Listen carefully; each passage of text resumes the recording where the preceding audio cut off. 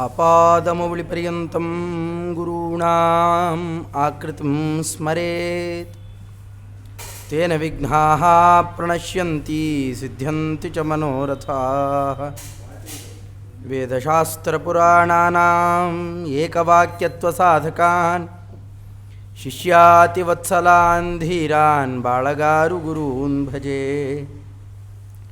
ಶರ್ವಾದಿವೃಂದಾರಕಮೌಳಿವೃಂದಂ ಏಣಾಯತೆ ಯನ್ನಖಚಂದ್ರವೃಂದೇ ಆನಂದತೀರ್ಥಾರ್ಯಶಿರೋಮಣೇಸ್ತತ್ ಪಾದಾರವಿಂದಂ ಪ್ರಣಮಾಮಿ ನಿತ್ಯಂ.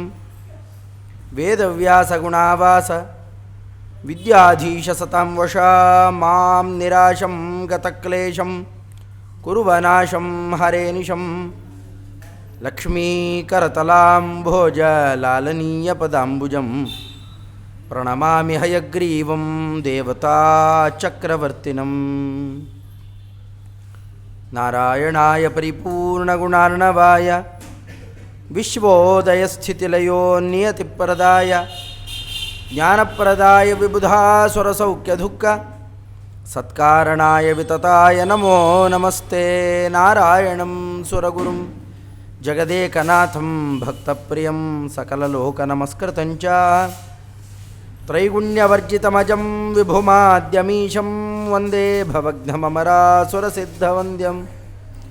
ನಾರಾಯಣಂ ನಮಸ್ಕೃತ್ಯ ನರಂಚೈವ ನರೋತ್ತಮಂ ದೇವೀಂ ಸರಸ್ವತೀಂ ವ್ಯಾಸಂ ತತೋ ಜಯಮುದೀರಯೇ. ಶ್ರೀಗುರುಭ್ಯೋ ನಮಃ. ಹರಿ ಓಂ. ಬಹಳ ಅಪರೂಪದ ಒಂದು ಪ್ರಕರಣ. ಎಂಥೆಂಥ ಮಹಾಬಲಿಷ್ಠರಾದಂತಹ ಕೌರವರನ್ನು ಎದುರಿಸಲಿಕ್ಕೆ ಒಂದೇ ಒಂದು ರಥ ಬರ್ತಾ ಇದೆ. ಅದರಲ್ಲೂ ಕೂಡ ಕೂತವನು ಒಬ್ಬ ಷಂಡ, ಇನ್ನೊಬ್ಬ ಪುಂಡ.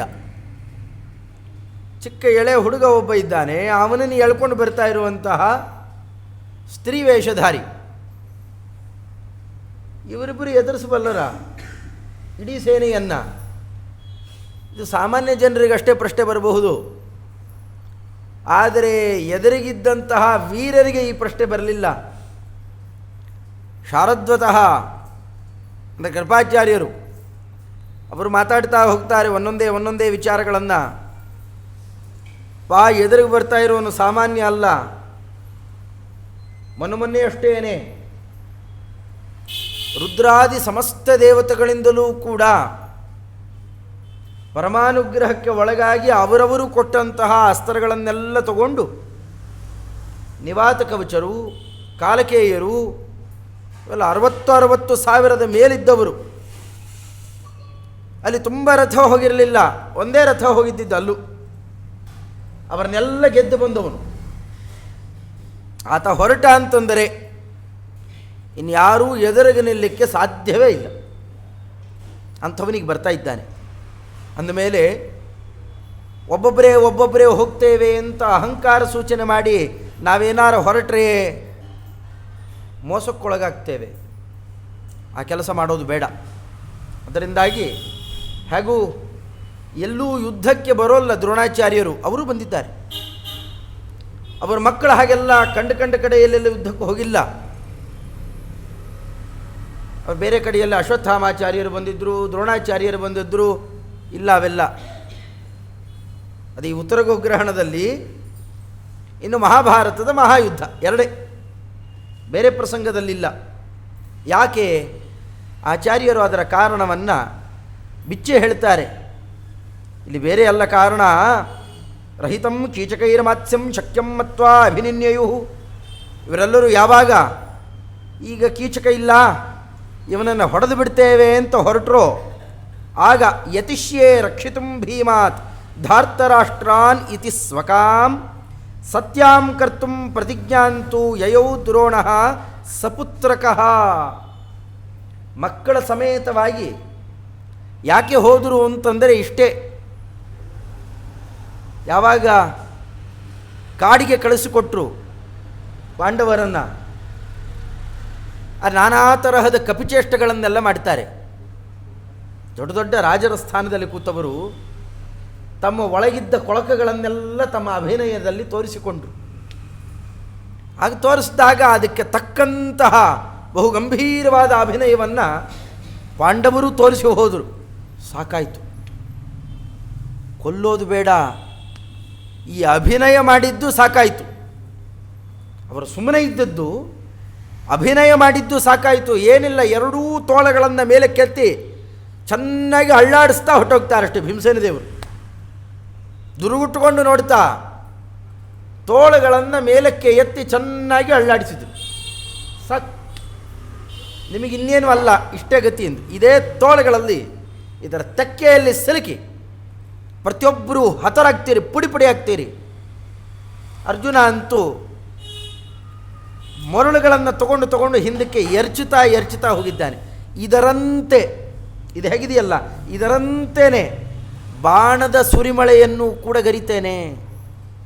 ಸಾಕಲ್ಲ, ಇದು ಸುಮ್ಮನೆ ಪ್ರತಿಜ್ಞೆ ಅಲ್ಲ. ಹೋಗಲಿ, ಯಾವತ್ತೋ ಮಾಡಿದ್ರಪ್ಪ, ಇನ್ನು ಮರ್ತೋಗ್ಬಿಡುತ್ತೆ ಅಂತಿಲ್ಲ. ಮಧ್ಯದಲ್ಲಿ ಮತ್ತೆ ಸಾಬೀತು ಮಾಡ್ತಾ ಇರಬೇಕು ಆ ಸುದ್ದಿಯನ್ನು.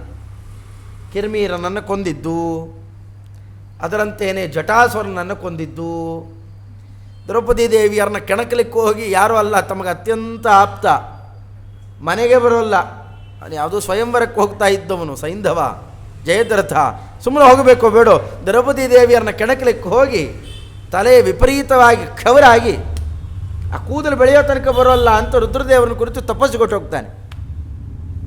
ಎಷ್ಟು ಮರ್ಯಾದೆ ಹೋಯ್ತಲ್ಲಿಗೆ.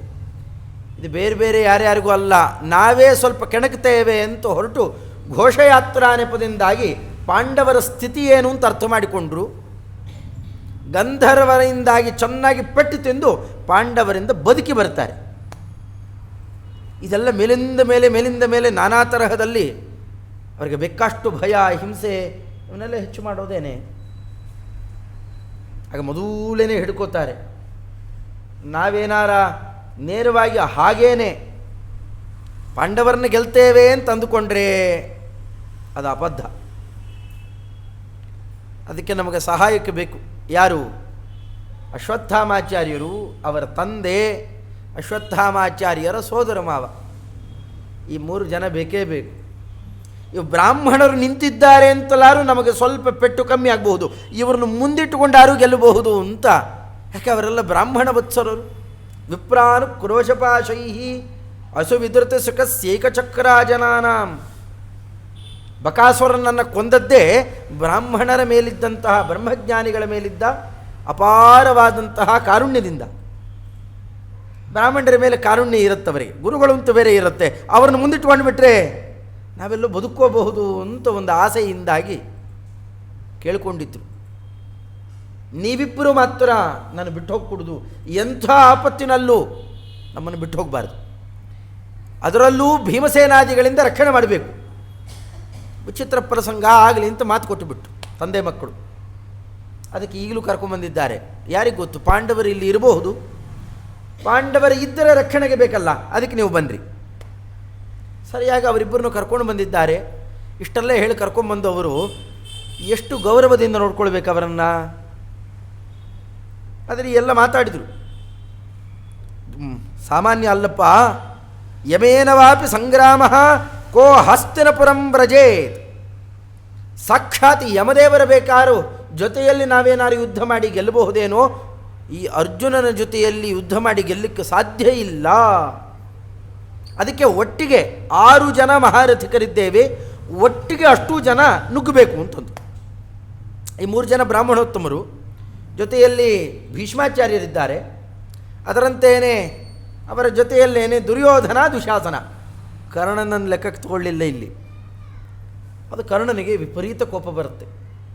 ಇಲ್ಲಿ ಬರೀ ಲೆಕ್ಕಕ್ಕೆ ತಗೊಳ್ಳಿಲ್ಲ, ಮುಂದಿನ ಉದ್ಯೋಗ ಪರ್ವದಲ್ಲಿ ಲೆಕ್ಕ ಹಾಕುವಾಗ ಇವನ ಅರ್ಧರಥಿಕ ಅಂತ ನೇರವಾಗಿ ಬೈತಾರೆ ಭೀಷ್ಮಾಚಾರ್ಯರು.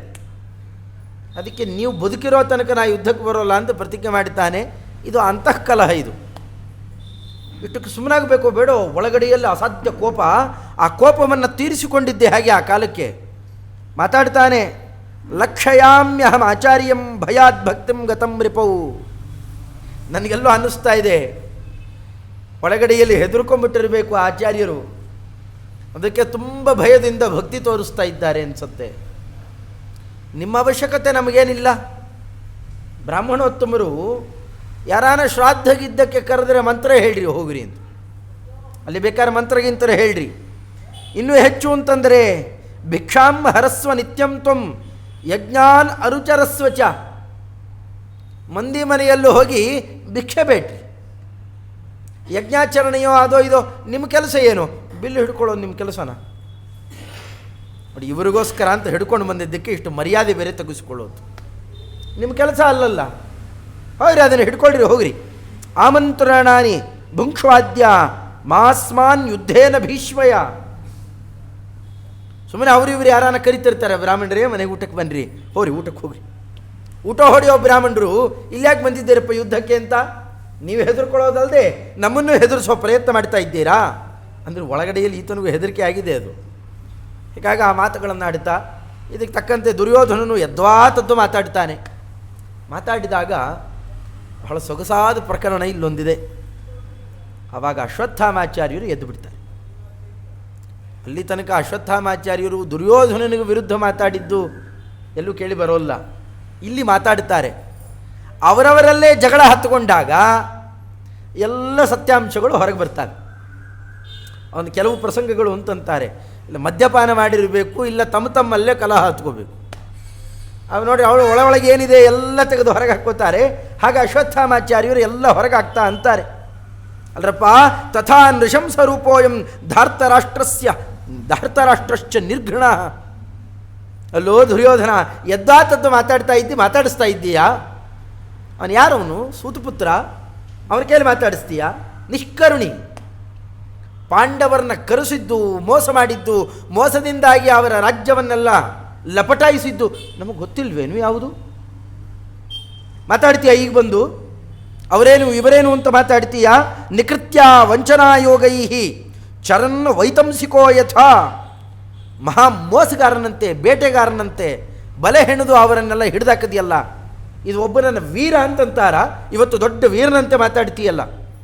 ಅದರಂತೆ ನಕುಲಂ ಸಹದೇವಂ ವಾ ಧನಂ ಯೇಷಾಂ ತ್ವಯಾ ಹೃತಂ. ಆ ಹುಡುಗರೇನು ಮಾಡಿದ್ರಪ್ಪ? ನಕುಲ ಸಹದೇವ ಎಲ್ಲರ ಸಂಪತ್ತನ್ನು ಎಳಕೊಂಡಲ್ಲ. ಇದರ ಮೇಲೆ ಏಕವಸ್ತ್ರ ಸಭಾಮ್ನೀತ ಕ್ಷುದ್ರ ಕರ್ಮನ್ ರಜಸ್ವಲಿ ಆಗಿರ್ತಕ್ಕಂಥ ಹೆಣ್ಣುಮಗಳನ್ನು, ಎಂಥ ಉನ್ನತ ಸ್ತ್ರೀ, ಅವಳನ್ನು ಒಂದು ವಸ್ತ್ರ ಉಟ್ಕೊಂಡಿದ್ದಾಗ ಎಳೆದು ಸಭೆಗೆ ತರಿಸಿದ್ಯಲ್ಲ, ಇದು ಯೋಗ್ಯನ? ಇದು ನೋಡಿ ಈಗೆಲ್ಲ ಬಾಯ್ಬಿಡ್ತಾರೆ. ಅಲ್ಲಿ ಕೂತಾಗಲ್ಲಿ ಏನೂ ಮಾತಾಡಲಿಲ್ಲ. ಅವನ ಅನ್ನ ತಿಂದುಬಿಟ್ಟಿದ್ರು, ಸುಮ್ಮನಿದ್ರು. ಯಾಕಪ್ಪ ನಮಗೆ ಯಾಕೆ ಯೋಚನೆ ಅಂತ ಸುಮ್ಮನಿದ್ರು. ಈಗೆಲ್ಲ ಬಾಯ್ಬಿಡ್ತಾರೆ. ಯಾಕೆ? ತಮ್ಮಪ್ಪ ತಮ್ಮ ಸೋದರ ಮಾವನನ್ನು ಬೈದರಲ್ಲ. ಇಷ್ಟೇ, ಲೋಕ ಎಲ್ಲ ಹೀಗೆ ಇದೆ ಅಂತ. ನಮಗೇನು ತಂಪು ಬಂದಿಲ್ಲ, ತೊಂದರೆ ಆಗಿಲ್ಲಲ್ಲ, ನಾವು ಆರಾಮಿದ್ದೀವಲ್ಲ, ಏನಾರು ಹಾಕ್ಕೊಂಡು ಹೋಗಲಿ ಬಿಡು. ಎಷ್ಟು ದೊಡ್ಡ ಆಪತ್ತಿದೆ ಇವತ್ತು ಆಕಳುಗಳಿಗೆ. ಎಷ್ಟು ಗೋಳಾಡ್ತಾ ಇದ್ದಾವೆ, ಎಷ್ಟು ಒದ್ದಾಡ್ತಾ ಇದ್ದಾವೆ. ನಾವೇನಾರು ಮಾಡ್ಲಿಕ್ಕೆ ಹೋಗ್ತೇವಾ? ಏನೂ ಇಲ್ಲ, ನಮಗೇನು ತೊಂದರೆ ಆಗಿಲ್ಲಲ್ಲ, ಹೋಲಿ ಬಿಡು ಸಾಕು, ಅಷ್ಟಾರು ಇದೆಯಲ್ಲ. ನಮಗೇನಾರು ಆಪತ್ತು ಬಂದರೆ ಆಗ ಎಲ್ಲೆಲ್ಲಿಂದ ಬರ್ತಾವೆ? ಧರ್ಮಶಾಸ್ತ್ರ ಇಡೀ ತರ್ಕೊಂಡ್ಬಿಡುತ್ತಾಗ.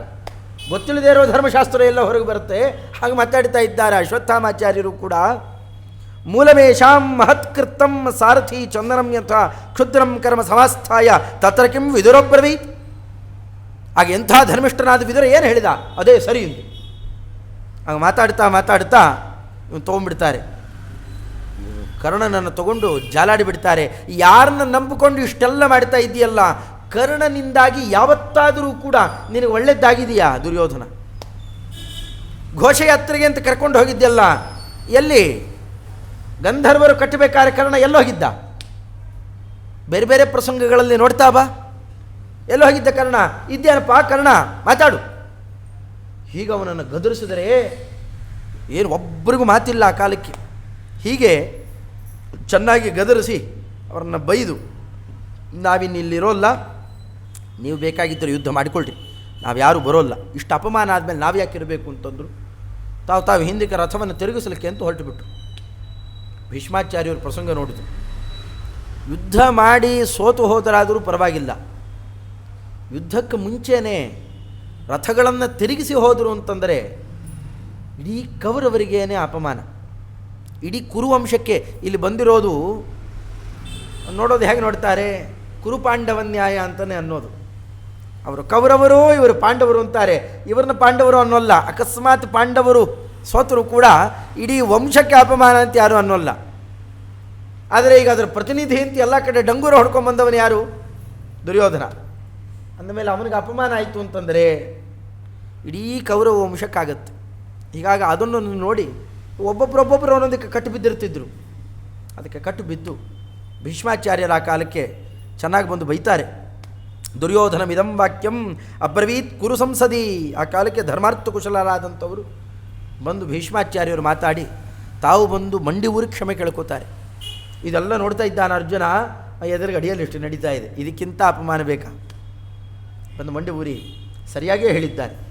ದ್ರೋಣಾಚಾರ್ಯರು ಸರಿಯಾಗಿ ಹೇಳಿದ್ದಾರೆ, ಕೃಪಾಚಾರ್ಯರು ಸರಿಯಾಗಿ ಹೇಳಿದ್ದಾರೆ. ದುರ್ಯೋಧನ, ಎಲ್ಲಿದೆ ಬುದ್ಧಿ ನಿನಗೆ? ಅವನು ಸೂತಪುತ್ರನ ಮಾತು ಕೇಳ್ಕೊಂಡು ಹೋಗ್ತೀಯಲ್ಲ, ಬಿಡ ಅವನನ್ನು. ಎಲ್ಲರೂ ಬೈತಾ ಇದ್ದಾರೆ ಅವನನ್ನು. ಇಬ್ಬರು ಬಂದು ಕಾಲು ಹಿಡ್ಕೊಳ್ರಿ, ಮೊದಲು ಮುಂದಿಂದ ಬೆಕ್ಕದ್ದಿರಲಿ, ಈಗ ಯಾವುದು ಮಾತಾಡ್ಕೊಡುದು, ಕಾಲು ಹಿಡ್ಕೊಳ್ರಿ. ಅಷ್ಟರೊಳಗೆ ಸ್ವಲ್ಪ ಭಯ ಆಗಿತ್ತು. ಇವರು ಹೊಟ್ಟೋಗ್ಬಿಡ್ತಾರೆ ಅಂದರೆ ಆಗೆಲ್ಲ ನೆನಪಾಗಿತ್ತು. ಬೈಯೋವಾಗ ನೆನಪಿರೋಲ್ಲ, ಅವ್ರು ಹೊಟ್ಟೋಗ್ತೇನೆ ಅಂತಂದರೆ ಎಲ್ಲ ನೆನಪಾಯಿತು. ಮತ್ತೆ ಬಂದು ಆಮೇಲಿಗೆ ಬೇಕೋ ಬೇಡವೋ ಬಂದು ಕಾಲು ಹಿಡ್ಕೊಂಡು ಆ ಕಾಲಕ್ಕೆ ಇವೆಲ್ಲ ಮಾಡ್ತಾವಲ್ರಿ ರಾಜಕಾರಣಿಗಳು. ಈಗೆಲ್ಲ ಮಾಡೋದು ಏನು? ಮತ್ತೆ ದುರ್ಯೋಧನನೇ ಕಲಿ ಸಂಪೂರ್ಣ ಹೊಕ್ಕೊಂಡಿರ್ತಾನೆ. ಮೊದಲೆಲ್ಲ ಚೆನ್ನಾಗಿ ಬೈದು ಬಿಡೋದು, ಆಮೇಲೆ ತಮಗೇನು ಸ್ಥಾನ ಸಿಗತ್ತೆ ಅನ್ನೋದು ಗೊತ್ತಾದರೆ ಬಂದು ಕಾಲು ಹಿಡ್ಕೊಳ್ಳೋದು. ಮತ್ತೆ ಅಲ್ಲ, ಅಂಥವರೇನೆ ನೀಚರು. ಕ್ರಮದಲ್ಲೇ ಬಂದ ಕಾಲು ಹಿಡ್ಕೊಂಡ. ಇಬ್ಬರು ಕಾಲು ಹಿಡ್ಕೊಂಡು ನಮಸ್ಕಾರ ಮಾಡಿ, ಆಗಲಿ ನಾವು ಯುದ್ಧ ಮಾಡ್ತೇವೆ, ನೀವು ನಮ್ಮ ಜೊತೆಯಲ್ಲಿ ಸಹಾಯಕ್ಕಿರಬೇಕು ಅಂತಿಷ್ಟು ಹೇಳಿಕೊಂಡು ಒಟ್ಟೊಟ್ಟಿಗೆ ಆಕ್ರಮಣ ಮಾಡಲಿಕ್ಕೆ ನುಗ್ಗಿ ಬರ್ತಾರೆ. ಹಾಗೆ ಬೇಕಾಷ್ಟು ಪ್ರಕರಣ ಇದೆ ಇಲ್ಲೆಲ್ಲ. ಯಾರ್ಯಾರ ರಥಕ್ಕೆ ಯಾವ್ಯಾವ ಧ್ವಜ ಇದೆ, ಲಾಂಛನ ಏನಿದೆ, ಯಾರ್ಯಾರ ಆಯುಧ ವಿಶೇಷಗಳೇನು, ಅದನ್ನೆಲ್ಲ ಬಾಯಲ್ಲಿ ಹೇಳ್ತಾನೆ ಆ ಕಾಲಕ್ಕೆ ಯುದ್ಧವನ್ನು ಆರಂಭ ಮಾಡುತ್ತಾನೆ. ತುಂಬ ರೋಚಕ ಪ್ರಸಂಗ ಇದೆ ಅಲ್ಲಿ ಆ ಕಾಲದಲ್ಲಿ. ಆವಾಗ ಮೊದಲು ದ್ರೋಣಾಚಾರ್ಯರಿಗೆ 3 ಬಾಣಗಳನ್ನು, ಆಮೇಲೆ ಭೀಷ್ಮಾಚಾರ್ಯರಿಗೆ 3 ಬಾಣಗಳನ್ನು ಪ್ರಸಾರ ಮಾಡುತ್ತಾನೆ ಅರ್ಜುನ. ಕಿವಿಯ ಪಕ್ಕದಲ್ಲಿ ಕರ್ಣಕುಂಡಲಗಳು ಅಳ್ಳಾಡಬೇಕು, ಸುಯಿಲುಗುಟ್ಟುತ್ತಾ ಹೋಗಬೇಕಷ್ಟೇ ಬಾಣಗಳು. ಅದು ಹೇಗಿರಬೇಕು? ಅದು ಅವರ ಹಿತದ ಪ್ರಶ್ನೆಯನ್ನು ಕೇಳುತ್ತಾ ಕುಶಲವಾಗಿದ್ದೀರಾ ಅಂತ 2 ಬಾಣ ಹೋಗಬೇಕು, ಇನ್ನೊಂದು ಬಾಣ ಬಂದು ಅವರ ಪಾದದ ಹತ್ತಿರ ಬೀಳಬೇಕು. ಅವರು ಬಂದು ನಮಸ್ಕಾರ ಮಾಡಿದಂತೆ. ದ್ರೋಣಾಚಾರ್ಯರಿಗೆ ಆ ಉದ್ವೇಗ ತಡಿಲಿಕ್ಕಾಗೋಲ್ಲ. ನನ್ನ ಶಿಷ್ಯ ಅಂತ ಕೂತ್ಕೊಂಡ್ಬಿಡ್ತಾರೆ. ನನ್ನ ಶಿಷ್ಯ ನೋಡ್ರಿ, ಭೀಷ್ಮಾಚಾರ್ಯರೇ ನನ್ನ ಶಿಷ್ಯ ನೋಡ್ರಿ, ನನ್ನ ಕುಶಲವನ್ನು ಕೇಳ್ತಾ ಇದ್ದಾನೆ. ಎಂಥೆಂಥ ಆಪತ್ತು ಕಾಲದಲ್ಲೂ ಅವರಿಗೆ ನಾವು ಸಹಾಯಕ್ಕೆ ನಿಲ್ಲೇ ಇಲ್ಲ, ಏನೂ ಒಳ್ಳೆಯದು ಮಾಡಲಿಲ್ಲ ಅವರಿಗೆ ನಾವು.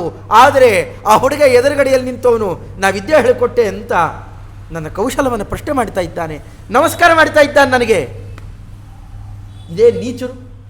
ಇವರಿಗೋಸ್ಕರವಾಗಿ ನಾವು ಮಹಾ ಅಧರ್ಮ ಮಾರ್ಗವನ್ನು ಹಿಡಿದ್ರು ಇವ್ರ ಕೈಯಲ್ಲಿ ಬಯಸ್ಕೊಳ್ಳೋದು ಬೇರೆ. ನೋಡಿ, ಎರಡೂ ತೋರಿಸ್ಕೊಟ್ಟು ಕಣ್ಣಲ್ಲಿ ನೀರು ಹಾಕಿಬಿಡ್ತಾರೆ ಆ ಕಾಲಕ್ಕೆ. ದುಷ್ಟರ ಸಹವಾಸ ಮಾಡಿದರೆ ಏನೇನಾಗುತ್ತೆ ಅಂತ ಎತ್ತಿ ತೋರಿಸಿಕೊಡ್ತಾರೆ. ಹಿರಿಯರಿಲ್ಲ, ಕಿರಿಯರಿಲ್ಲ, ಯದ್ವಾತದ್ದು ಇವ್ರ ಕೈಯಲ್ಲಿ ಮಾತಾಡಿಸಿಕೊಳ್ಳೋದು. ಆದರೆ ಎದುರಿಗೆ ನಿಂತರೂ ಕೂಡ ಅವರ ಕುಶಲ ಪ್ರಶ್ನೆ ಮಾಡಿ ಆಮೇಲೆ ಅವ್ರ ಜೊತೆಯಲ್ಲಿ ಯುದ್ಧ ಆರಂಭ ಮಾಡುತ್ತಾರೆ. ಅದ್ಭುತವಾದ ಕ್ರಮದಲ್ಲಿ ಯುದ್ಧ ನಡೆಯುತ್ತೆ. ಮಧ್ಯದಲ್ಲಿ ಭೂರ್ಗರಿತ ಅವರವರ ವಾದ್ಯ ಘೋಷ ಅವುಗಳೆಲ್ಲ ಶಂಕನಾದಾದಿಗಳನ್ನು ಮಾಡೋದು. ಸ್ವಲ್ಪ ಹೆದರ್ತಿರ್ತಾನೆ ಹುಡುಗ, ಆದರೂ ಮಧ್ಯದಲ್ಲಿ ಮತ್ತೆ ಕೃಷ್ಣನ ಸ್ಮರಣೆಯನ್ನು ಮಾಡಿಸ್ತಾ ಏನು ರಥ ನುಗ್ಗಿಸಿಕೊಂಡು ಹೋಗ್ತಾ ಇದ್ದರೆ, ಎಲ್ಲಿ ಬಂದರು ಎಲ್ಲಿ ಹೋದರು, 6 ಜನ ನುಗ್ಗಿ ಬಂದರೂ ಕೂಡ ಎಲ್ಲಿ ಬಂದರು ಎಲ್ಲಿ ಹೋದರೂ ಗೊತ್ತಾಗೋಲ್ಲ. ಕಡೆಗೆ ಅದೇ ಯುದ್ಧ ವಿಶೇಷವನ್ನು ನಡೆಸ್ತಾನೆ. ಕರ್ಣನ ತಮ್ಮನನ್ನು ಕೊಂದು ಬಿಡ್ತಾನೆ ಅರ್ಜುನ. ಇಲ್ಲಿ ಕರ್ಣನ ತಮ್ಮ ಅಂತಂದರೆ ಯಾರು? ಕರ್ಣನ ತಮ್ಮಂದ್ರು ತಾವೇ ಪಾಂಡವರೇ. ಮತ್ತು ಕರ್ಣನ ತಮ್ಮ ಅಂತಂದರೆ ಸಾಕುತಾಯಿಯ ಮಗ ಅಷ್ಟೇ. ಇವನು ರಾಧೆ ಸಾಕಿದ್ದು. ಹಾಗೆ ಆ ರಾಧೆಯ ನಿಜ ಪುತ್ರ ಅವನು ಇನ್ನೊಬ್ಬ ತಮ್ಮ, ಆತನನ್ನು ಆ ಕಾಲಕ್ಕೆ ಸಂಹಾರ ಮಾಡಿದ್ದು. ಅವನ ಕಣ್ಣೆದುರುಗಳಲ್ಲಿ ನೋಡ್ತಾ ಇರಬೇಕು, ಆಗಲೇ ಸಂಹಾರ ಮಾಡ್ತಾನೆ. ಮತ್ತು ಬೇರೆ ಬೇಕಾದವರು ಯಾರನ್ನೂ ಸಂಹಾರ ಮಾಡಲಿಲ್ಲ. ಅವರೆಲ್ಲ ಮುಂದಕ್ಕೆ ಉಪಯೋಗ ಬರ್ತಾರೆ ಅಂತ ಸುಮ್ಮನೆ ಬಿಟ್ಟಿದ್ದು. ಅವರಿಗೆಲ್ಲ ಬರೀ ಘಾಸಿ ಮಾಡಬೇಕಷ್ಟೇ, ತನ್ನ ಪರಿಚಯ ಮಾಡಿಸ್ಕೊಡ್ಬೇಕು. ಆ ರೀತಿಯಲ್ಲಿ ಯುದ್ಧ ವಿಶೇಷವನ್ನು ನಡೆಸ್ತಾ ಹೋಗುವಾಗ ಮಧ್ಯದಲ್ಲಿ ಭೀಷ್ಮಾಚಾರ್ಯರಿಂದಾಗಿ ಪೆಟ್ಟು ತಿಂತಾನೆ ಹುಡುಗ. ಚೆನ್ನಾಗಿ ಪೆಟ್ಟು ಬಿದ್ದು ಬಿಡುತ್ತೆ. ಆ ಪೆಟ್ಟು ಬೀಳ್ತಾ ಇದೆ ಅಂತ ಗೊತ್ತಾಗ್ತಿರಲಿಕ್ಕೇನೆ ಶರಪಂಜರವನ್ನು ನಿರ್ಮಾಣ ಮಾಡಿ, ಬಾಣಗಳಿಂದಲೇ ಪಂಜರದಂತೆ ನಿರ್ಮಾಣ ಮಾಡಿ, ಯಾರು ಏನು ಬೇಕಾದ್ದು ಪ್ರಸಾರ ಮಾಡಿದರೂ ಕೂಡ ಆ ಹುಡುಗನಿಗೆ ಮಾತ್ರ ಬರಬಾರ್ದು. ಹಾಗೆ ಮಾಡಿ ಎಳೆದು ಬಾಣ ಕಿತ್ತಿ ಆತನಿಗೆ ಸಾಂತ್ವನ ಮಾಡಿ, ಇದು ನಿನಗೆ ವೀರಲಾಂಛನ ಅಪ್ಪ, ಮೈಯಲ್ಲಿ ಗಾಯ ಆಯಿತು, ಅಂಗವೂನಾಯಿತು ಅಂತ ವೀರಯೋದ್ಧ ತಿಳಿಯೋಲ್ಲ, ನನಗಿಂಥ ಚಿಹ್ನೆ ಬಿತ್ತು ಅಂತ ಹೀಗೆ ಹೆಮ್ಮೆ ಪಡ್ತಾನೆ ಅಂತ ಅವನಿಗೆ ಹುರಿದುಂಬಿಸಿ ಕೃಷ್ಣದೇವರ ಅನುಗ್ರಹ ನಿನಗಿದೆ ಅಂತ ಆತನಿಗೆ ಅನುಗ್ರಹ ವಿಶೇಷವನ್ನು ಮಾಡಿ ಮತ್ತೆ ಹೊರಟು ಬಿಡ್ತಾರೆ ರಥ. ಹೊರಟಾಗ ಎಲ್ಲ ದೇವತಾ ವರ್ಗ ನಿಂತು ಅದ್ಭುತವಾದ ಕ್ರಮದಲ್ಲಿ ಇದನ್ನೆಲ್ಲ ವೀಕ್ಷಣೆ ಮಾಡ್ತಿರಬೇಕು. ಆಗ ಆ ಅದ್ಭುತವಾದ ಯುದ್ಧವನ್ನು ನಡೆಸ್ತಾ ಕರ್ಣನನ್ನೇ ಆಕ್ರಮಣ ಮಾಡಲಿಕ್ಕೆ ಹೋದಾಗ ಅವನಿಗೆ ಒಳಗಡೆಯಲ್ಲಿ ಇವೆಲ್ಲ ಮಾತುಕತೆ ಬೇರೆ ಆಡಿಬಿಟ್ಟಿದ್ದಾರಲ್ಲ, ಸ್ಪರ್ಧೆ ಬೆಳೆದು ಬಿಟ್ಟಿತ್ತು. ಯಾವಾಗ ಆ ಸ್ಪರ್ಧೆ ಬೆಳೀತು, ಗುರುಗಳ ಶಾಪ ಇದೆ, ಯಾರದ್ದು ಅಲ್ಲ, ಹೇಳಿಕೊಟ್ಟು ಗುರುಗಳೇ ಶಾಪ ಹಾಕಿದ್ದಾರೆ. ಅಹಂಕಾರ ಬಂದರೆ, ಸ್ಪರ್ಧಾತ್ಮಕವಾದ ಬುದ್ಧಿ ಬಂತು ಅಂತಂದರೆ ನಿನಗೆ ಈ ವಿದ್ಯಾ ಕೆಲಸ ಮಾಡೋದು ಬೇಡ, ಮರ್ತೋಗಿಬಿಡಲಿ. ಇದು ಕರ್ಣ ಒಬ್ಬನಿಗಲ್ರಿ, ಇದೆಲ್ಲರಿಗೂ ಇರುವ ಶಾಪ ಇದು. ನಾನು ಯಾರು, ನನ್ನೆಂಥ ವರ್ಚಸ್ಸು, ನಾನು ಶ್ರಮಪಟ್ಟು ಸಂಪಾದನೆ ಮಾಡಿದೆ ಅಂತ ಹೀಗೆ ಅಹಂಕಾರಕ್ಕೆ ಒಳಗಾದ ಅಂತಂದರೆ ಅದು ನಿಜವಾದ ವಿದ್ಯೆ ಕೆಲಸ ಮಾಡೋಲ್ಲ, ಅಹಂಕಾರ ಕೆಲಸ ಮಾಡುತ್ತೆ, ಅದು ಅಡ್ಡದಾರಿಗೆ ಎಳ್ಕೊಂಡು ಹೋಗುತ್ತದೆ.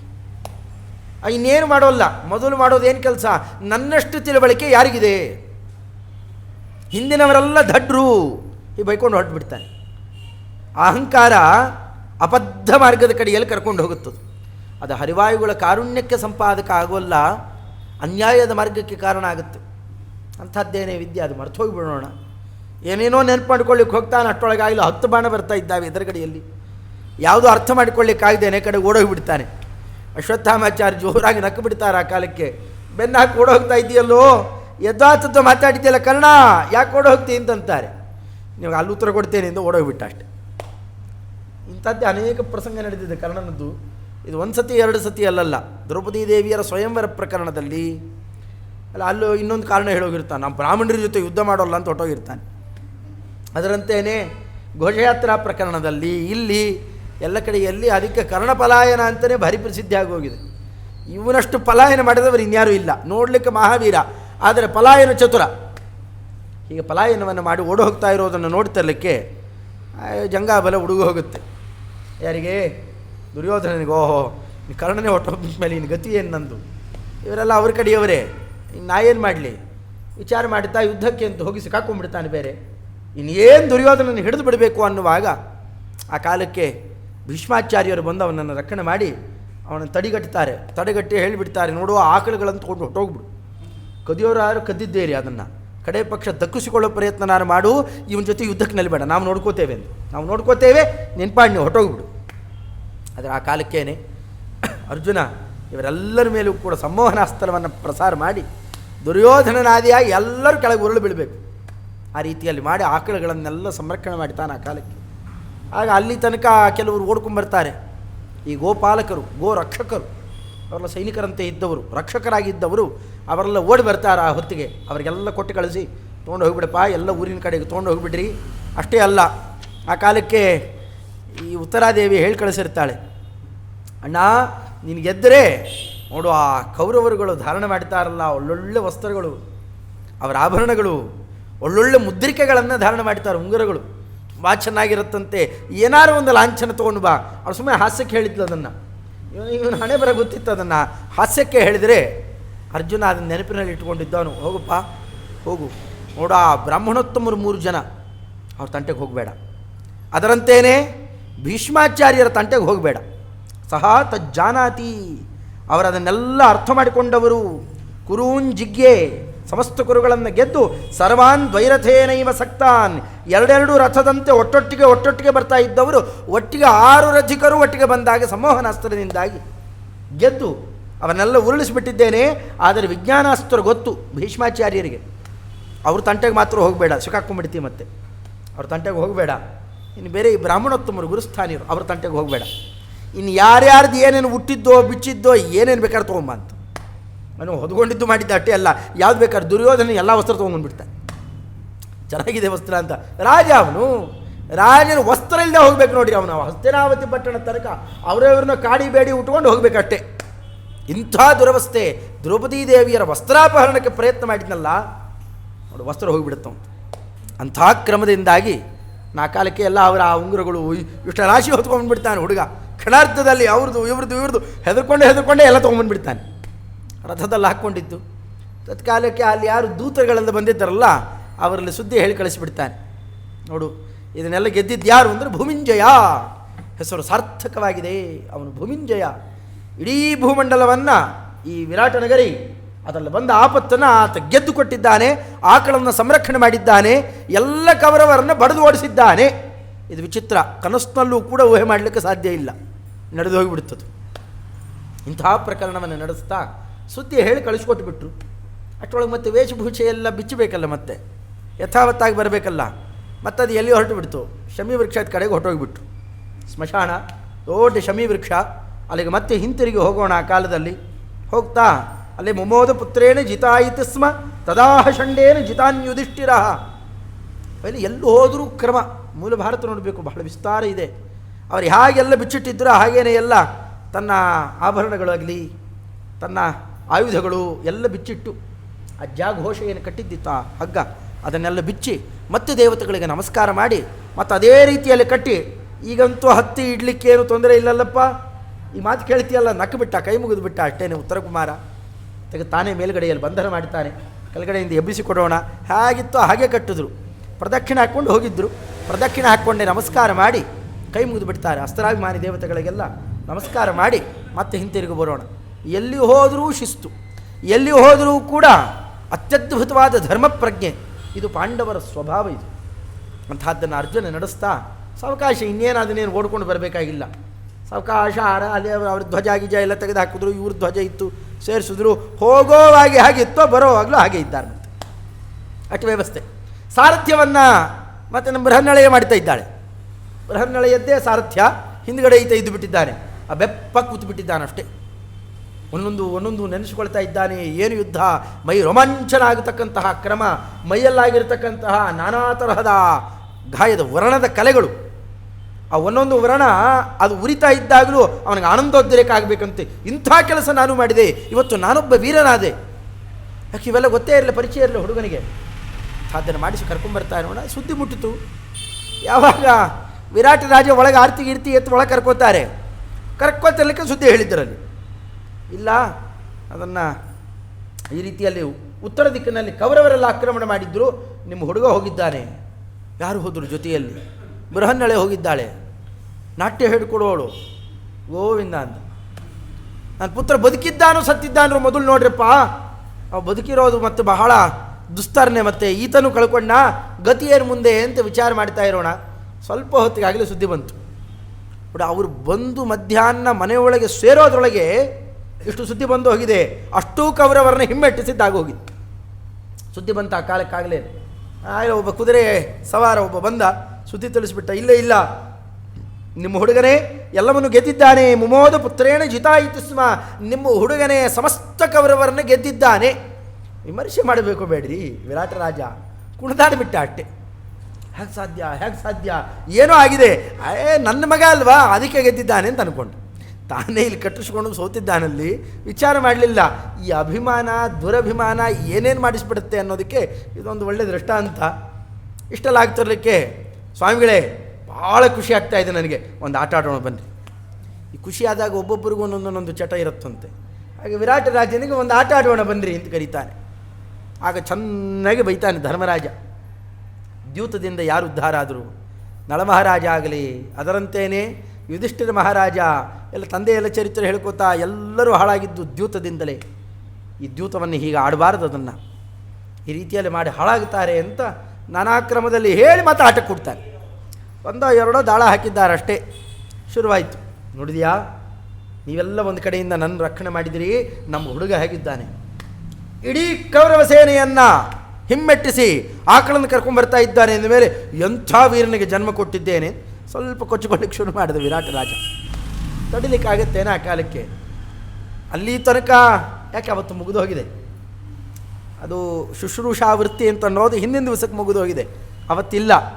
ಅಲ್ಲಿ ತನಕ ಅವ್ರು ಏನು ಹೇಳಿದ್ರು ಕೇಳ್ಕೊಂಡಿರ್ತಿದ್ದೆ. ಮತ್ತೆ ಅದನ್ನು ಧೌಮ್ಯಾಚಾರ್ಯರು ಹೇಳಿದ್ದು.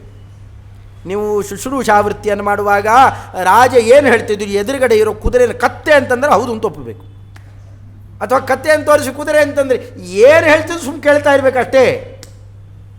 ಅದು ಅಲ್ಲಿ ತನಕ ಅವರ ಪರಿಚರ್ಯಾ ವೃತ್ತಿಯಲ್ಲಿ ಇರೋ ತನಕ ಮುಗಿತಲ್ಲ. ಇನ್ಯಾಕೆ ನೋಡಬೇಕು ಅಂತಂದರು ಧರ್ಮರಾಜರು. ಅವರ ಹಾಗೆಲ್ಲ ಅಸತ್ಯವನ್ನು ಕೇಳ್ಕೊಂಡು ಕೂತಿರೋರಲ್ಲ. ಸತ್ಯಾಂಶವನ್ನು ಹೇಳಲಿಕ್ಕೋಸ್ಕರವಾಗಿ ಇಲ್ಲ ಬೃಹನ್ನಳಾದಿಂದಲೇ ಸಮಗ್ರವಾಗಿ ನಿನ್ನ ಈ ಆಕಳುಗಳೆಲ್ಲ ಉಳ್ಕೊಂಡಿದ್ದು. ನಿನ್ನ ಹುಡುಗನಿಗೇನಿದೆ ಸಾಮರ್ಥ್ಯ? ಸ್ವಾಮಿಗಳೇ, ಆ ಮಾತಾಡಬೇಡ್ರಿ, ನನಗೆ ಕೋಪ ಬರುತ್ತೆ, ಆ ಮಾತಾಡಬೇಡ್ರಿ. ಇಲ್ಲಪ್ಪ, ನಿಜವಾಗಿಯೂ ನಡೆದಿರೋದು ಬೃಹನ್ನಳ ಪ್ರಭಾವನೆಯಲ್ಲಿ ನಿನ್ನ ಮಗನಿಗೇನಿದೆ ನಿನಗೆ ಗೊತ್ತಿಲ್ಲೇನು ಸಾಮರ್ಥ್ಯ? ಈಗ 1 ಸತಿ ಅಲ್ಲ, 2 ಸತಿ ಅಲ್ಲ, 3 ಸತಿ ಅಲ್ಲ, ಕಡೆಗೆ ಬೆಳೀತಾ 8 ಸತಿ 4 ಬಾರಿ ಮತ್ತೆ ಹೇಳ್ತಾರೆ. ಇಷ್ಟೇ ಹೇಳ್ತಾರಲಿಕ್ಕೇನೋ ಕೋಪ ಬಂದು ಹೋಗಿಬಿಡುತ್ತೆ. ಎಲ್ಲ ನಾ ಇಷ್ಟೇ ಹೇಳಬೇಡ್ರಿ ಅಂತ ಇದ್ದೇನೆ, ಮತ್ತೆ ಹೇಳ್ತಾ ಇದ್ದಾರೆ ಅಪ್ರಿಯವಾದದನ್ನು. ನಾ ಯಾರು ರಾಜ ಇದ್ದೇನೆ ಅಂತ ಅನ್ನೋದು ಗೊತ್ತಾಗೋದು ಬೇಡ, ಧಿಕ್ಕಾರ ಮಾಡಿ ಮಾತಾಡ್ತಾ ಇದ್ದೀರಾ, ದಾಳ ತೆಗೆದು ಬೀಸಿ ಒಗೆದು ಬಿಡ್ತಾರೆ. ಹಣೆಗೆ ಬೀಳುತ್ತೆ. ಬೀಳ್ತಿರಲಿಕ್ಕೇನೆ ರಕ್ತ ಸುರಿಲಿಕ್ಕೆ ಶುರುವಾಗುತ್ತೆ. ಹೊಡೆದಿದ್ದೆ ಹಾಗೆ ಹೊಡೆದಿರಬೇಕು ಅದನ್ನು. ಅವುಗಳ ಕಟ್ಟುಗಿಟ್ಟು ಹಾಕಿ ಅವಕ್ಕೆಲ್ಲ ವಜ್ರ ಎಲ್ಲ ಹಾಕಿ ನಿರ್ಮಾಣ ಮಾಡಿರ್ತಾರೆ ಅದನ್ನು, ಆ ದಾಳವನ್ನು. ಅಂಥದ್ದು ಬೀಸಿ ಒಗಿತಿರ್ಲಿಕ್ಕೇನೆ ರಕ್ತ ಬೀಳಲಿಕ್ಕೆ ಶುರುವಾಗುತ್ತೆ. ಬಹಳ ವಿಚಿತ್ರ ಪ್ರಕರಣ ಅಂತಂದರೆ, ದ್ರೌಪದಿ ದೇವಿಯರು ಬಂದು ತಮ್ಮ ವಸ್ತ್ರವನ್ನು ಅಡ್ಡ ಹಿಡಿತಾರೆ. ಇನ್ನೂ ಆಶ್ಚರ್ಯ ವಿರಾಟರಾಜನಿಗೆ. ಕೇಳ್ಕೊಳ್ತಾನೆ ಆ ಕಾಲಕ್ಕೆ, ಇದೇನು ವಿಚಿತ್ರ ಇದು, ಯಾಕಮ್ಮ ಹೀಗ್ಯಾಕೆ ಮಾಡ್ತಾ ಇದ್ದಿ ಅಂತ ಕೇಳ್ತಾನೆ. ನೀವೊಬ್ಬಳು ಸೈರಂದ್ರಿ, ಅಂತಃಪುರದಲ್ಲಿ ಕೆಲಸ ಮಾಡ್ತಾ ಇದ್ದವಳು ನೀನು, ಅಂಥದ್ದು ಇಲ್ಲಿ ಯಾಕೆ ಬಂದು ಈ ರೀತಿಯಲ್ಲಿ ವಸ್ತ್ರ ಹಿಡಿತಾ ಇದ್ದೀಯಾ? ಏನು ಕಾರಣ ಇದಕ್ಕೇನಾರು ಕಾರಣ ಇದೆಯೇನು? ಯಾಕೆ ಜೋರು ಕೇಳಲಿಕ್ಕೆ ಧೈರ್ಯ ಇಲ್ಲ. ಮತ್ತೆ ಸೈರಂದ್ರಿ ಕಿಮಿದಂ ರಕ್ತಂ ಉತ್ತರೀಯೇಣ ಗೃಹ್ಯತೆ, ನಿನ್ನ ಉತ್ತರೀಯದಿಂದಾಗಿ ಸ್ವಾಮಿಗಳ ರಕ್ತ ಯಾಕೆ ಹಿಡಿತಾ ಇದ್ದೀಯಾ ಅದನ್ನು? ಕೋತ್ರ ಹೇತರು ವಿಶಾಲಕ್ಷಿ ತನ್ಮಮ ಚಕ್ಷು ತತ್ವತಃ. ನೀ ಬಹಳ ಧರ್ಮಿಷ್ಠೆ, ನಿನಗೋಸ್ಕರ ಏನೇನೋ ಪ್ರಕರಣ ನಡೆದೋಗಿದೆ, ಜೋರು ಗದರಿಸಲಿಕ್ಕೂ ಬಾಯಿಲ್ಲ ಮತ್ತೆ, ಆದರೆ ಯಾಕೆ ಹೀಗೆ ಮಾಡ್ತಾ ಇದ್ದಿ? ಆಗ ಬಹಳ ಒಳ್ಳೆ ಧರ್ಮವನ್ನು ದ್ರೌಪದಿ ದೇವಿಯರು ತೋರಿಸಿಕೊಡ್ತಾರೆ. ರಕ್ತ ಬಿಂದೂನಿ ಯಾವಂತಿ ಕಂಕಸ್ಯ ಧರಣೀತಲೆ ತಾವದ್ವರ್ಷಾಣಿ ರಾಷ್ಟ್ರೇತೆ ಅನಾವೃಷ್ಟಿರ್ಭವಿಷ್ಯತಿ.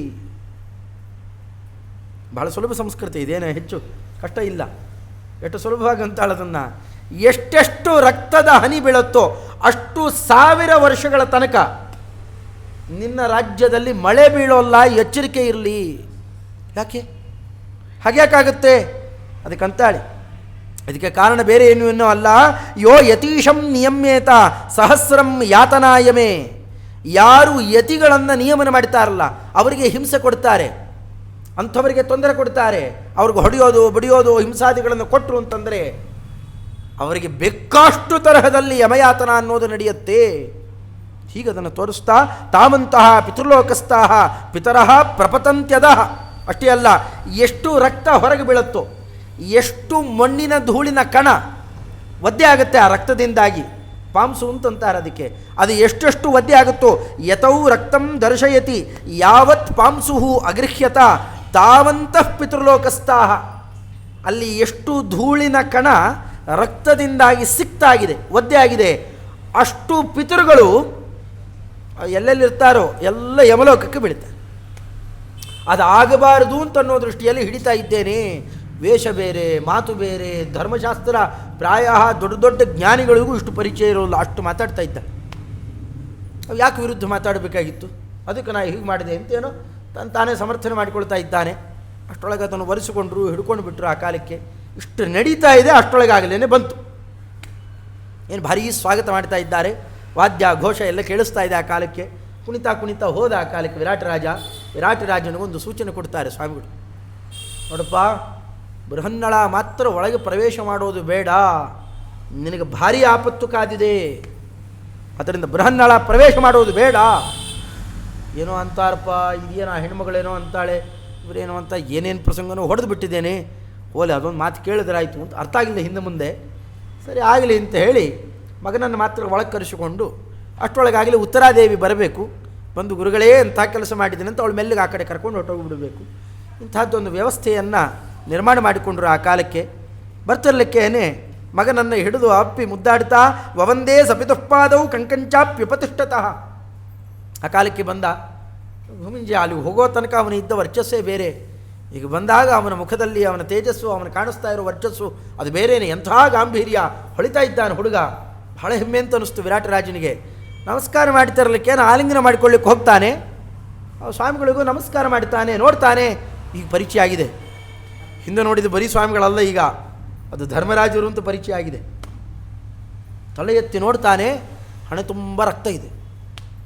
ನಡುಗುಬಿಟ್ಟ ಹುಡುಗ ಗದ ನಡುಗುತ್ತಾ ಇದ್ದಾನೆ. ಅಲ್ಲಿ ಒಂದು ಶಬ್ದದ ವಿವರಣೆ ಕೊಡುವ ಪ್ರಸಂಗ ಬಂದಿತ್ತು. ಅರ್ಜುನ ಫಲ್ಗುಣ ಜಿಷ್ಣು ಅಂತ. ಅಲ್ಲೊಂದು ಜಿಷ್ಣು ಅನ್ನುವ ಶಬ್ದದ ಬಗ್ಗೆ ವಿವರಣೆ ಕೊಡುವಾಗ ಈತ ಮಾತಾಡಿರ್ತಾನೆ ಅರ್ಜುನ, ನಮ್ಮ ಅಣ್ಣನ ಮೈಯಿಂದ ರಕ್ತವನ್ನು ಯಾರು ಕೆಳಗೆ ಹಾಕ್ತಾರೆ ಅಂಥವರು ಇನ್ನೊಂದು ಕ್ಷಣ ಉಳಿಬಾರದು, ಅವನ್ನ ಜಜ್ಜಿ ಬಿಡ್ತೇವೆ ನಾವು ತಮ್ಮಂದಿರು. ಆ ಪ್ರತಿಜ್ಞೆ ಮಾಡಿಕೊಂಡಿದ್ದೇನೆ, ಆದ್ದರಿಂದ ನನಗೆ ಜಿಷ್ಣು ಅಂತ ಕೂಗ್ತಾರೆ. ಈಗೊಂದು ಪ್ರತಿಜ್ಞೆ ಮಾಡಿರ್ತಾನೆ, ಇದೆಲ್ಲ ಕಿವಿ ತುಂಬ ಇದೆ, ನೋಡ್ತಿರ್ಲಿಕ್ಕೆ ಗಾಬರಿ ಆಗಿಬಿಡುತ್ತೆ. ಇನ್ನೇನು ಮಾತಾಡೋಲ್ಲ. ಇನ್ನು ಕೇಳ್ತಾ ಇದ್ದಾನೆ, ಹೇಗಪ್ಪ, ಹೇಗೆದ್ದಿ, ಏನಾಯಿತು, ಯಾರು ಬಂದಿದ್ದರು, ಯಾರನ್ನೇ ಹೇಗೆ ಗೆದ್ದಿ, ನಿನಗೆಲ್ಲ ಅಭ್ಯಾಸ ಇತ್ತು. ಏನಕ್ಕೂ ಉತ್ತರ ಕೊಡಲಿಲ್ಲ, ಮಾತಾಡಿದ್ದಷ್ಟೇ. ಯಾರು ಈ ರೀತಿ ಮಾಡಿದರು? ಕೋಬ ಜಿಗುಮಿಶ್ವರ್ ಮೃತ್ಯುಂ ಕೇನ ಸ್ಪೃಷ್ಟ ಪದೋರಗ. ಯಾರಿಗೆ ಮೃತ್ಯುವನ್ನು ಗೆಲ್ಲಬೇಕು ಅಂತ ಆಸೆ ಇದೆ, ಯಾರು ಮೃತ್ಯುವಿನ ಸಹವಾಸ ಮಾಡಬೇಕು ಅಂತ ಕಾಲಲ್ಲಿ ಘಟಸರ್ಪವನ್ನು ಒದ್ದಿದ್ದಾರೆ, ಯಾರು ಇವರಿಗೆ ಹೊಡೆದಿದ್ದು, ರಕ್ತ ಬರಿಸಿದ್ಯಾರು? ನಾನೇ ಮಾಡಿದ್ದು ಅಂತ ಹೇಳಿಕೊಂಡೆ ವಿರಾಟ್ ರಾಜ. ಎಲ್ಲ ನಾನೇ ಹೀಗೆ ಮಾಡಿದ್ದು, ನನ್ನಿಂದಲೇ ಇಷ್ಟ ಆಗೋಯ್ತು. ಎಷ್ಟು ಸತಿ ಹೇಳಿದರೂ ಕೂಡ ಪುತ್ರತೆ ವಿಜಯಂ ಶುತ್ವ ಪ್ರಹುಷ್ಟೋಹಂ ಮುದಾವೃಷಂ. ಯಾವ ಅಪ್ಪನಿಗೆ ತಾನೇ ಮಗ ಇಂತಹ ಸಂತೋಷ ಆಗೋಲ್ಲ, ತಾನೇನು ತಯಾರು ಮಾಡದೆ ಮಗ ಮೇಲಕ್ಕೆ ಬಂದಿದ್ದಾನೆ ಅಂತಂದರೆ ಇದಿನ್ನು ಡಬಲ್ ಆನಂದ ಬೇರೆ, ಇದು ಬಿಟ್ಟು ಸಿಗೋ ಆನಂದ ಬೇರೆ. ಇದು ಇಂಥದ್ದು ನಾನು ಅದರಲ್ಲಿ ಆನಂದ ಪಡ್ತಾ ಇದ್ದರೆ ಈ ಸ್ವಾಮಿಗಳು ಅದನ್ನು ತಡೆದು ಬಿಟ್ಟರು. ಅದಕ್ಕೋಸ್ಕರವಾಗಿ ಅವ್ರಿಗೆ ಹೊಡೆದು ಬಿಟ್ಟೆ.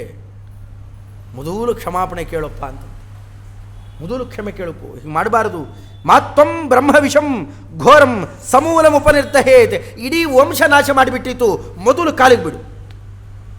ಅಲ್ಲಿ ಅಂತಂದ ಉಪಚರ್ಯಕ್ಕೋಸ್ಕರವಾಗಿ ನಮಸ್ಕಾರ ಮಾಡಿ ಪ್ರಾರ್ಥನೆ ಮಾಡಿಕೊಂಡ. ಅದೆಲ್ಲ ಬಿಡಪ್ಪ, ಆದರೆ ಯಾರು, ಯಾವ ರೀತಿಯಲ್ಲಿ ಗೆದ್ದು ಬಂದು ಏನೇನು ಮಾಡಿದಿ ಇಷ್ಟೆಲ್ಲ ಕೇಳಿದಾಗ ಅಂತಾನೆ, ನಾನೆಲ್ಲ ಗೆದ್ದಿದ್ದು, ನಾನು ಪ್ರತಿನಿಧಿಯಾಗಿದ್ದೆ ಅಷ್ಟೇ. ಅಲ್ಲಿ ನಮಯ ನಿರ್ಜಿತ ಗಾವಹ ನಮಯ ಕುರಭೋಜಿತ. ನಾ ಗೆದ್ದಿದ್ದಲ್ಲ, ಯಾಕಳು ನಾ ಕರ್ಕೊಂಬಂದಿದ್ದು ಅಲ್ಲ, ಇದು ಯಾವುದು ನನ್ನದಲ್ಲ. ಇದೆಲ್ಲ ಮಾಡಿದ್ದು ಕೂಡ ಒಬ್ಬ ಕೃತಂ ಕರ್ಮ ಚ ತತ್ಸರ್ವಂ ದೇವಪುತ್ರೇಣ ಕೇನಚಿತ್. ಒಬ್ಬ ಯಾರೋ ದೇವತಾಪುತ್ರ ಬಂದಿದ್ದ, ಯಾರು ಬಂದಿದ್ದು, ಎಲ್ಲಿಂದ ಬಂದ, ಹೇಗೆ ಬಂದು ಗೊತ್ತಿಲ್ಲ, ಒಟ್ಟಂತೂ ಬಂದ, ಎಲ್ಲ ಕೆಲಸ ನಡೆಸಿ ನಮಗೆಲ್ಲ ವಿಧವಾದ ಸೌಖ್ಯವನ್ನು ಕೊಟ್ಟು ಆತ ಹೊಟ್ಟೋಗಿದ್ದಾನೆ. ಅಯ್ಯೋ, ಕರ್ಕೊಂಬರಬಾರ್ದೇನಪ್ಪ, ಕರ್ಕೊಂಬಂದಿದ್ದರೆ ನಾನು ಒಂದಷ್ಟು ಶ್ಲಾಘನೆ ಮಾಡ್ತಿದ್ದೆ. ಎಲ್ಲಿದ್ದಾನ ಆತ? ಅದ್ಯವಾ ಶ್ವೋವ, ಇವತ್ತೋ ನಾಳೆನೋ ಇಲ್ಲೇ ವ್ಯಕ್ತನಾಗ್ತಾನೆ, ಆಗ ನೀನು ನೋಡ್ತೀಯ. ಹೀಗೆ ಹೇಳೋಣ. ಯಾಕೆ ಅದನ್ನು ಹೇಳಿಬಿಡ್ಬಹುದಾಗಿತ್ತಲ್ಲ, ಅರ್ಜುನನೇ ಅಂತ ಹೇಳಿಬಿಡ್ಬಹುದಾಗಿತ್ತಲ್ಲ. ವಯಸ್ಸಾಗಿದೆ ಬೇರೆ ಆತನಿಗೆ. ಇವನಿಗೇನು ಚಿಕ್ಕ ಹುಡುಗನಿಗೆ ಥಟ್ಟನೆ ಹೇಳಿದ್ರೆ ವಯಸ್ಸಿದೆ, ತಡ್ಕೋತಾನೆ. ವಿರಾಟ ರಾಜನಿಗೆ ವಯಸ್ಸಾಗಿದೆ, ಮತ್ತೆ ಥಟ್ಟನೆ ಪಾಂಡವರು ನಿಮ್ಮ ಮನೆಯಲ್ಲಿದ್ದೇವೆ ಅಂತ ಗೊತ್ತಾದರೆ ಗದಗದ ನಡಿಗೆ ಎದೆಗೆ ಒಡೆದು ಹೋಗಿಬಿಟ್ರೆ ಅದಕ್ಕೆ ಬೇಡ ಅಂತ ಅರ್ಜುನ ಇದೇ ಕಾರಣ ಹೇಳಿ ನಿರಾಕರಣೆ ಮಾಡಿರ್ತಾನೆ ಬರೋದಕ್ಕೆ ಮುಂಚೆನೆ. ಅದಕ್ಕೆ ಹೇಳೋಲ್ಲ, ನಾವೇ ಅಭಿವ್ಯಕ್ತಿ ಮಾಡ್ತೇವೆ, ಹೇಳಬೇಡ ಇದನ್ನು. ಇಷ್ಟಾಗೋ ಹೊತ್ತಿಗಾಗಲೇ ರಾತ್ರಿ ಕಾಲ ಬಂದಿರುತ್ತೆ, ಸುದ್ದಿ ಗೊತ್ತಾಗಿದೆ. ಸುದ್ದಿ ಗೊತ್ತಾದಾಗಲೇ ತದಾ ಕ್ರುದ್ಧ ಪ್ರಾಹರತ್ತಂ ವಿರಾಟ ಸ್ವಕ್ಷೇಣ ತದ್ ಭೀಮ ಧನಂಜಯಾಭ್ಯಾಂ. ಆ ಕ್ರುದ್ಧರಾಗಿ ಬಿಡ್ತಾರಿಬ್ಬರು ತಮ್ಮಂದಿರಿಬ್ಬರೂ ಕೂಡ ಅತ್ಯಂತ ಕ್ರುದ್ಧರಾಗಿ, ಅಣ್ಣ ನಿನಗಿಂತಹ ಕೆಲಸ ಯಾರೂ ಮಾಡಲಿಲ್ಲ, ಇಡೀ ಜಗತ್ತಿನಲ್ಲಿ ಇನ್ಯಾವ ವೀರನು ನಿನ್ನ ತನಕ ಬರಬಾರದು, ಹಾಗೆ ರಕ್ಷಣೆ ಮಾಡಿಕೊಂಡಿದ್ವಿ. ನಾವು ಇಲ್ಲದೇ ಇದ್ದಾಗ ದಾಳ ತಗೊಂಡು ಹೊಡೆದಿದ್ದಾನ, ಸಮಗ್ರ ಅವನ ವಂಶ ನಾಶ ಮಾಡಿಬಿಡ್ತೇವೆ ಅಂತ. ತಮ್ಮಂದರಾದವರು ಹೀಗೆ ಮಾತಾಡಬೇಕು. ಮತ್ತೆ ಇರಲಿ ಬಿಡು, ನಿನಗೆ ತಾನೇ ಹೊಡೆದಿದ್ದು, ನಮಗೇನಲ್ವಲ್ಲ, ಹೋಲಿ ಬಿಡು, ಹಿಂಗೆ ಅನ್ನಬಾರದು. ಮತ್ತೆ ತಮ್ಮಂದರು ಹೀಗೆ ಮಾತಾಡಬೇಕು. ಆದರೆ ಅವರನ್ನೆಲ್ಲ ನಿಯಂತ್ರಣ ಮಾಡತಕ್ಕಂಥ ಮಹಾವಿವೇಕಗಳು ಧರ್ಮರಾಜರು ಕಾಲಕ್ಕಂತಾರೆ, ಬೇಡಪ್ಪ, ಈಗ ಬೇಡ. ಶ್ರುತಂ ತದಾ ಕುಪಿತೌ ತೌ ನಿಶಮ್ಯ ನ್ಯವಾರಯತ್ತಾವಪಿ ಧರ್ಮಸೂನು. ಹಾಗೆ ಮಾಡಬೇಡ್ರಿ. ನಾವೊಂದು ನೇಮ ಹೇಳ್ತೇನೆ, ಅಲ್ಲಿ ತನಕ ಕೇಳಿ. ಯಾಕೆ ಇವ್ರ ಮನೆ ಅನ್ನ ತಿಂದಿದ್ದೇವೆ ನಾವು. ಹಿಂಸೇನ ದೇವರಂದರು ಅನ್ನ ತಿಂದಿದ್ದರೆ ಅವನು ಬದುಕಿಸ್ಕೊಟ್ಟಿದ್ದಾಯಿತು, ಅನ್ನ ತಿಂದಿದ್ದಕ್ಕೆ ಋಣ ತೀರಿಸಿದ್ದಾಯಿತು. ಈಗ ಅಪರಾಧ ಮಾಡಿದ್ದಕ್ಕೆ ಶಿಕ್ಷೆ. ಅವರು ಏನು ತಪ್ಪು ಎಷ್ಟು ಮಾಡಿರ್ತಾನೋ ಅದಕ್ಕೆ ಶಿಕ್ಷೆ. ಹುಡುಗರು ಸರಿಯಾಗಿ ಬರೆದಿದ್ದರೆ ಒಳ್ಳೆ ಅಂಕ, ತಪ್ಪಾಗಿ ಬರೆದಿದ್ದರೆ ಅಂಕ ಕೊಡದೇನೆ ಅವನೇನು ತಪ್ಪು ಅಂತ ಕಿತ್ತಾಕಬೇಕು. ಮತ್ತೆ ಎರಡೂ ಮಾಡಬೇಕು ಅದನ್ನು. ಹಾಗೆ ಶಿಕ್ಷಣ ಸಾಮರ್ಥ್ಯ ಹೊಂದಿರುವವರು ನಾವು. ಅಂದಮೇಲೆ ತಪ್ಪು ಮಾಡಿದ್ದಾನೆ, ತಪ್ಪು ಮಾಡಿದ್ದೆ ಅಂದರೆ ಅವನು ಹೊಡೆದು ಕೊಂದು ಬಿಡಬೇಕು ಅಂತಂದಾಗ ತಡಿತಾ, ನೋಡಪ್ಪ, ನಾಳೆ ಕೂಡ, ನಾಳೆ ನಮ್ಮ ನಿಜ ವೇಷವನ್ನು ಧಾರಣೆ ಮಾಡಿ ಹೋಗೋಣ. ಇವತ್ತಾಗಲೇ ಒಂದು ದಿವಸ, ಮತ್ತೆ ಒಂದು ದಿವಸ ಹೆಚ್ಚಿಗೆ ಕಳೆದಿದ್ದಾಗ ಹೋಗಿದೆ, ಇವತ್ತು ಬೇಡ, ನಾಳೆ ಹೋಗೋಣ. ಆಗ ಕ್ಷಮಾಪಯೇದ್ ವಧ್ಯ ಇತ್ಯಾತ್ಮರೂಪಂ ಸಮಾಸ್ಥಿತಾ ತಸ್ತು ಅಥಾಪರೇ ದಿನೇ. ನೋಡೋಣ, ನಾಳೆ ದಿವಸದಲ್ಲಿ ನಿಜರೂಪೇಣ ಸಮಾಸ್ಥಿತಾನ್ನ ಯದಿಸ್ಮ ನಾಸೌ ಪ್ರಣಿಪಾತಪೂರ್ವಕಂ. ನಮ್ಮ ನಿಜವೇಷ, ನಮ್ಮ ರೂಪ ಎಲ್ಲ ಗೊತ್ತಾದ ಮೇಲೂ ಕಾಲಿಗೆ ಬಿದ್ದು ಕ್ಷಮೆ ಕೇಳಲಿಲ್ಲ ಅಂತಾದರೆ ಅವರೆಲ್ಲ ಅಲ್ಪಕ್ಷತ್ರಿಯರು. ನಾವು ಚಕ್ರವರ್ತಿಗಳು ಅಂತ ಗೊತ್ತಾದ ಮೇಲೂ ಕಾಲಿಗೆ ಬೀಳಲಿಲ್ಲ. ನಾನೇ ಆದೇಶ ಕೊಡ್ತೇನೆ, ತಲೆ ಹೆಗರಿಸ್ಬಿಟ್ರಿ. ವಿರಾಟ ರಾಜ ಹಾಗಲ್ಲ, ನನಗೆ ಗೊತ್ತಿದೆ, ಪರಿಚಯ ಇದೆ. ಅದರಿಂದಾಗಿ ಅವನು ಗೊತ್ತಿಲ್ಲದೆ ಮಾಡಿದ್ದಾನೆ. ಗೊತ್ತಿಲ್ಲದೆ ಇರುವ ತಪ್ಪನ್ನು ಅಷ್ಟು ದೊಡ್ಡದಾಗಿ ಸ್ವೀಕಾರ ಮಾಡಬಾರದು ಅಂತ ತಮ್ಮಂದಿರನ್ನು ತಡೆ ಹಿಡಿಯೋಣ ಆ ಕಾಲಕ್ಕೆ. ಹಾಗೆ ಆಗಿದಾಗ ಪ್ರಾತಃ ಕಾಲದಲ್ಲಿ ಎಲ್ಲ ಕೃತಮಂಗಲ ಸ್ನಾನರಾಗಿದ್ದಾರೆ. ಅವತ್ತಿನದು ಅಲ್ಲಿ ತನಕ ಏನಿತ್ತು 12 ವರ್ಷ ಜೊತೆಯಲ್ಲಿ 1 ವರ್ಷ ಅಷ್ಟು ಕಳೀತು. ಅಜ್ಞಾತವಾಸವನ್ನು ಪೂರೈಸಿಕೊಂಡರು. ಆಗ ನಿಜವಾಗಿಯೂ ಸರ್ವಜ್ಞಾತವಾಸ ಎಲ್ಲರಿಗೂ ತಿಳಿಯುವಂತೆ ಅಜ್ಞಾತವಾಸದಲ್ಲೂ ಮಹೋನ್ನತವಾದಂತಹ ಪಾಂಡವರು ಉತ್ಕೃಷ್ಟ ಧರ್ಮವನ್ನೇ ನಡೆಸಿದ್ದಾರೆ. ಅದನ್ನು ಕೈ ತಪ್ಪಿಸಲಿಲ್ಲ. ಮತ್ತು ಅಂತಹ ಮಹಾನುಭಾವರು ಆ ಕಾಲಕ್ಕೆ ತಮ್ಮ ತಮ್ಮ ನಿಜವೇಷವನ್ನು ಧಾರಣೆ ಮಾಡಿದರು. ಅದ್ಭುತವಾದ ಆ ಕಾಲಕ್ಕೆ ಏನೇನು ಕಿರೀಟ, ಪೋಷಾಕಗಳು ಮುಂತಾದವುಗಳೆಲ್ಲ ಇದ್ದವು. ಅದನ್ನೆಲ್ಲ ಸರಿಯಾಗಿ ತರಿಸಿಕೊಂಡಿದ್ದರು. ಅವರವರಿಗೆ ಯಾವುದ್ಯಾವುದು ಉಚಿತವೋ ಅದನ್ನು ತರಿಸಿಕೊಂಡು ವಿರಾಟ ರಾಜ ದರ್ಬಾರಿಗೆ ಬರೋದಕ್ಕೆ ಮುಂಚೆನೇ ಮೊದಲೇ ಹೋಗಿ ದರ್ಬಾರಿನಲ್ಲಿ ಉನ್ನತಾಸನದಲ್ಲಿ ಧರ್ಮರಾಜರು ಕೂತುಬಿಟ್ಟಿದ್ದಾರೆ. ಅವ್ರ ಪಕ್ಕದಲ್ಲೇನೆ ದ್ರೌಪದಿ ದೇವಿಯರು, ಆ ಕಡೆ ಈ ಕಡೆಯಲ್ಲಿ ಭೀಮಸೇನ ದೇವರು, ಅರ್ಜುನ, ನಕುಲ ಸಹದೇವರು, ಎಂಥೆಂಥವ್ರು ಪಂಚೇಂದ್ರರು ಒಟ್ಟಿಗೆ ವಿರಾಜಮಾನರಾಗಿ ಅಲ್ಲಿ ಕೂತಿದ್ದರೆ ಅದ್ಭುತ ರೂಪ. ಈಗ ಸರಿಯಾದ ವೇಷ. ಅವರ ಒಳಗಡೆಯಲ್ಲಿ ಏನು ವರ್ಚಸ್ಸಿದೆ ಅದಕ್ಕೆ ತಕ್ಕನಾದಂತಹ ಅದ್ಭುತ ವೇಷ.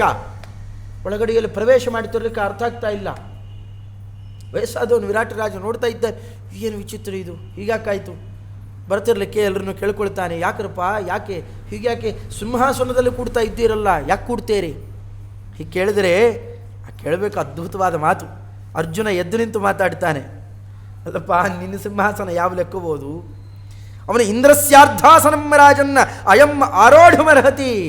ಇಂದ್ರದೇವರು ಈಗ ಈತ ಹೋದರೆ ತಮ್ಮ ಅರ್ಧಾಸನವನ್ನು ಕೊಡಬೇಕು, ಅದಕ್ಕೆ ಯೋಗ್ಯನಾದಂತಹ ಮಹಾನುಭಾವ ಧರ್ಮರಾಜ.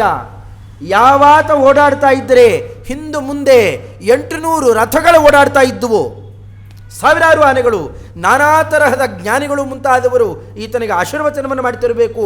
ಅಂತಹ ಚಕ್ರವರ್ತಿ, ರಾಜಸೂಯ ಮಹಾಯಾಗದಲ್ಲಿ ಅಭಿಷಿಕ್ತನಾಗಿರ್ತಕ್ಕಂತಹ ಮಹಾನುಭಾವ, ಸಾಮ್ರಾಟ್ ಚಕ್ರವರ್ತಿ ಧರ್ಮರಾಜ ಅಂಥವನಲ್ಲಿ ಕೂತಿರೋದು.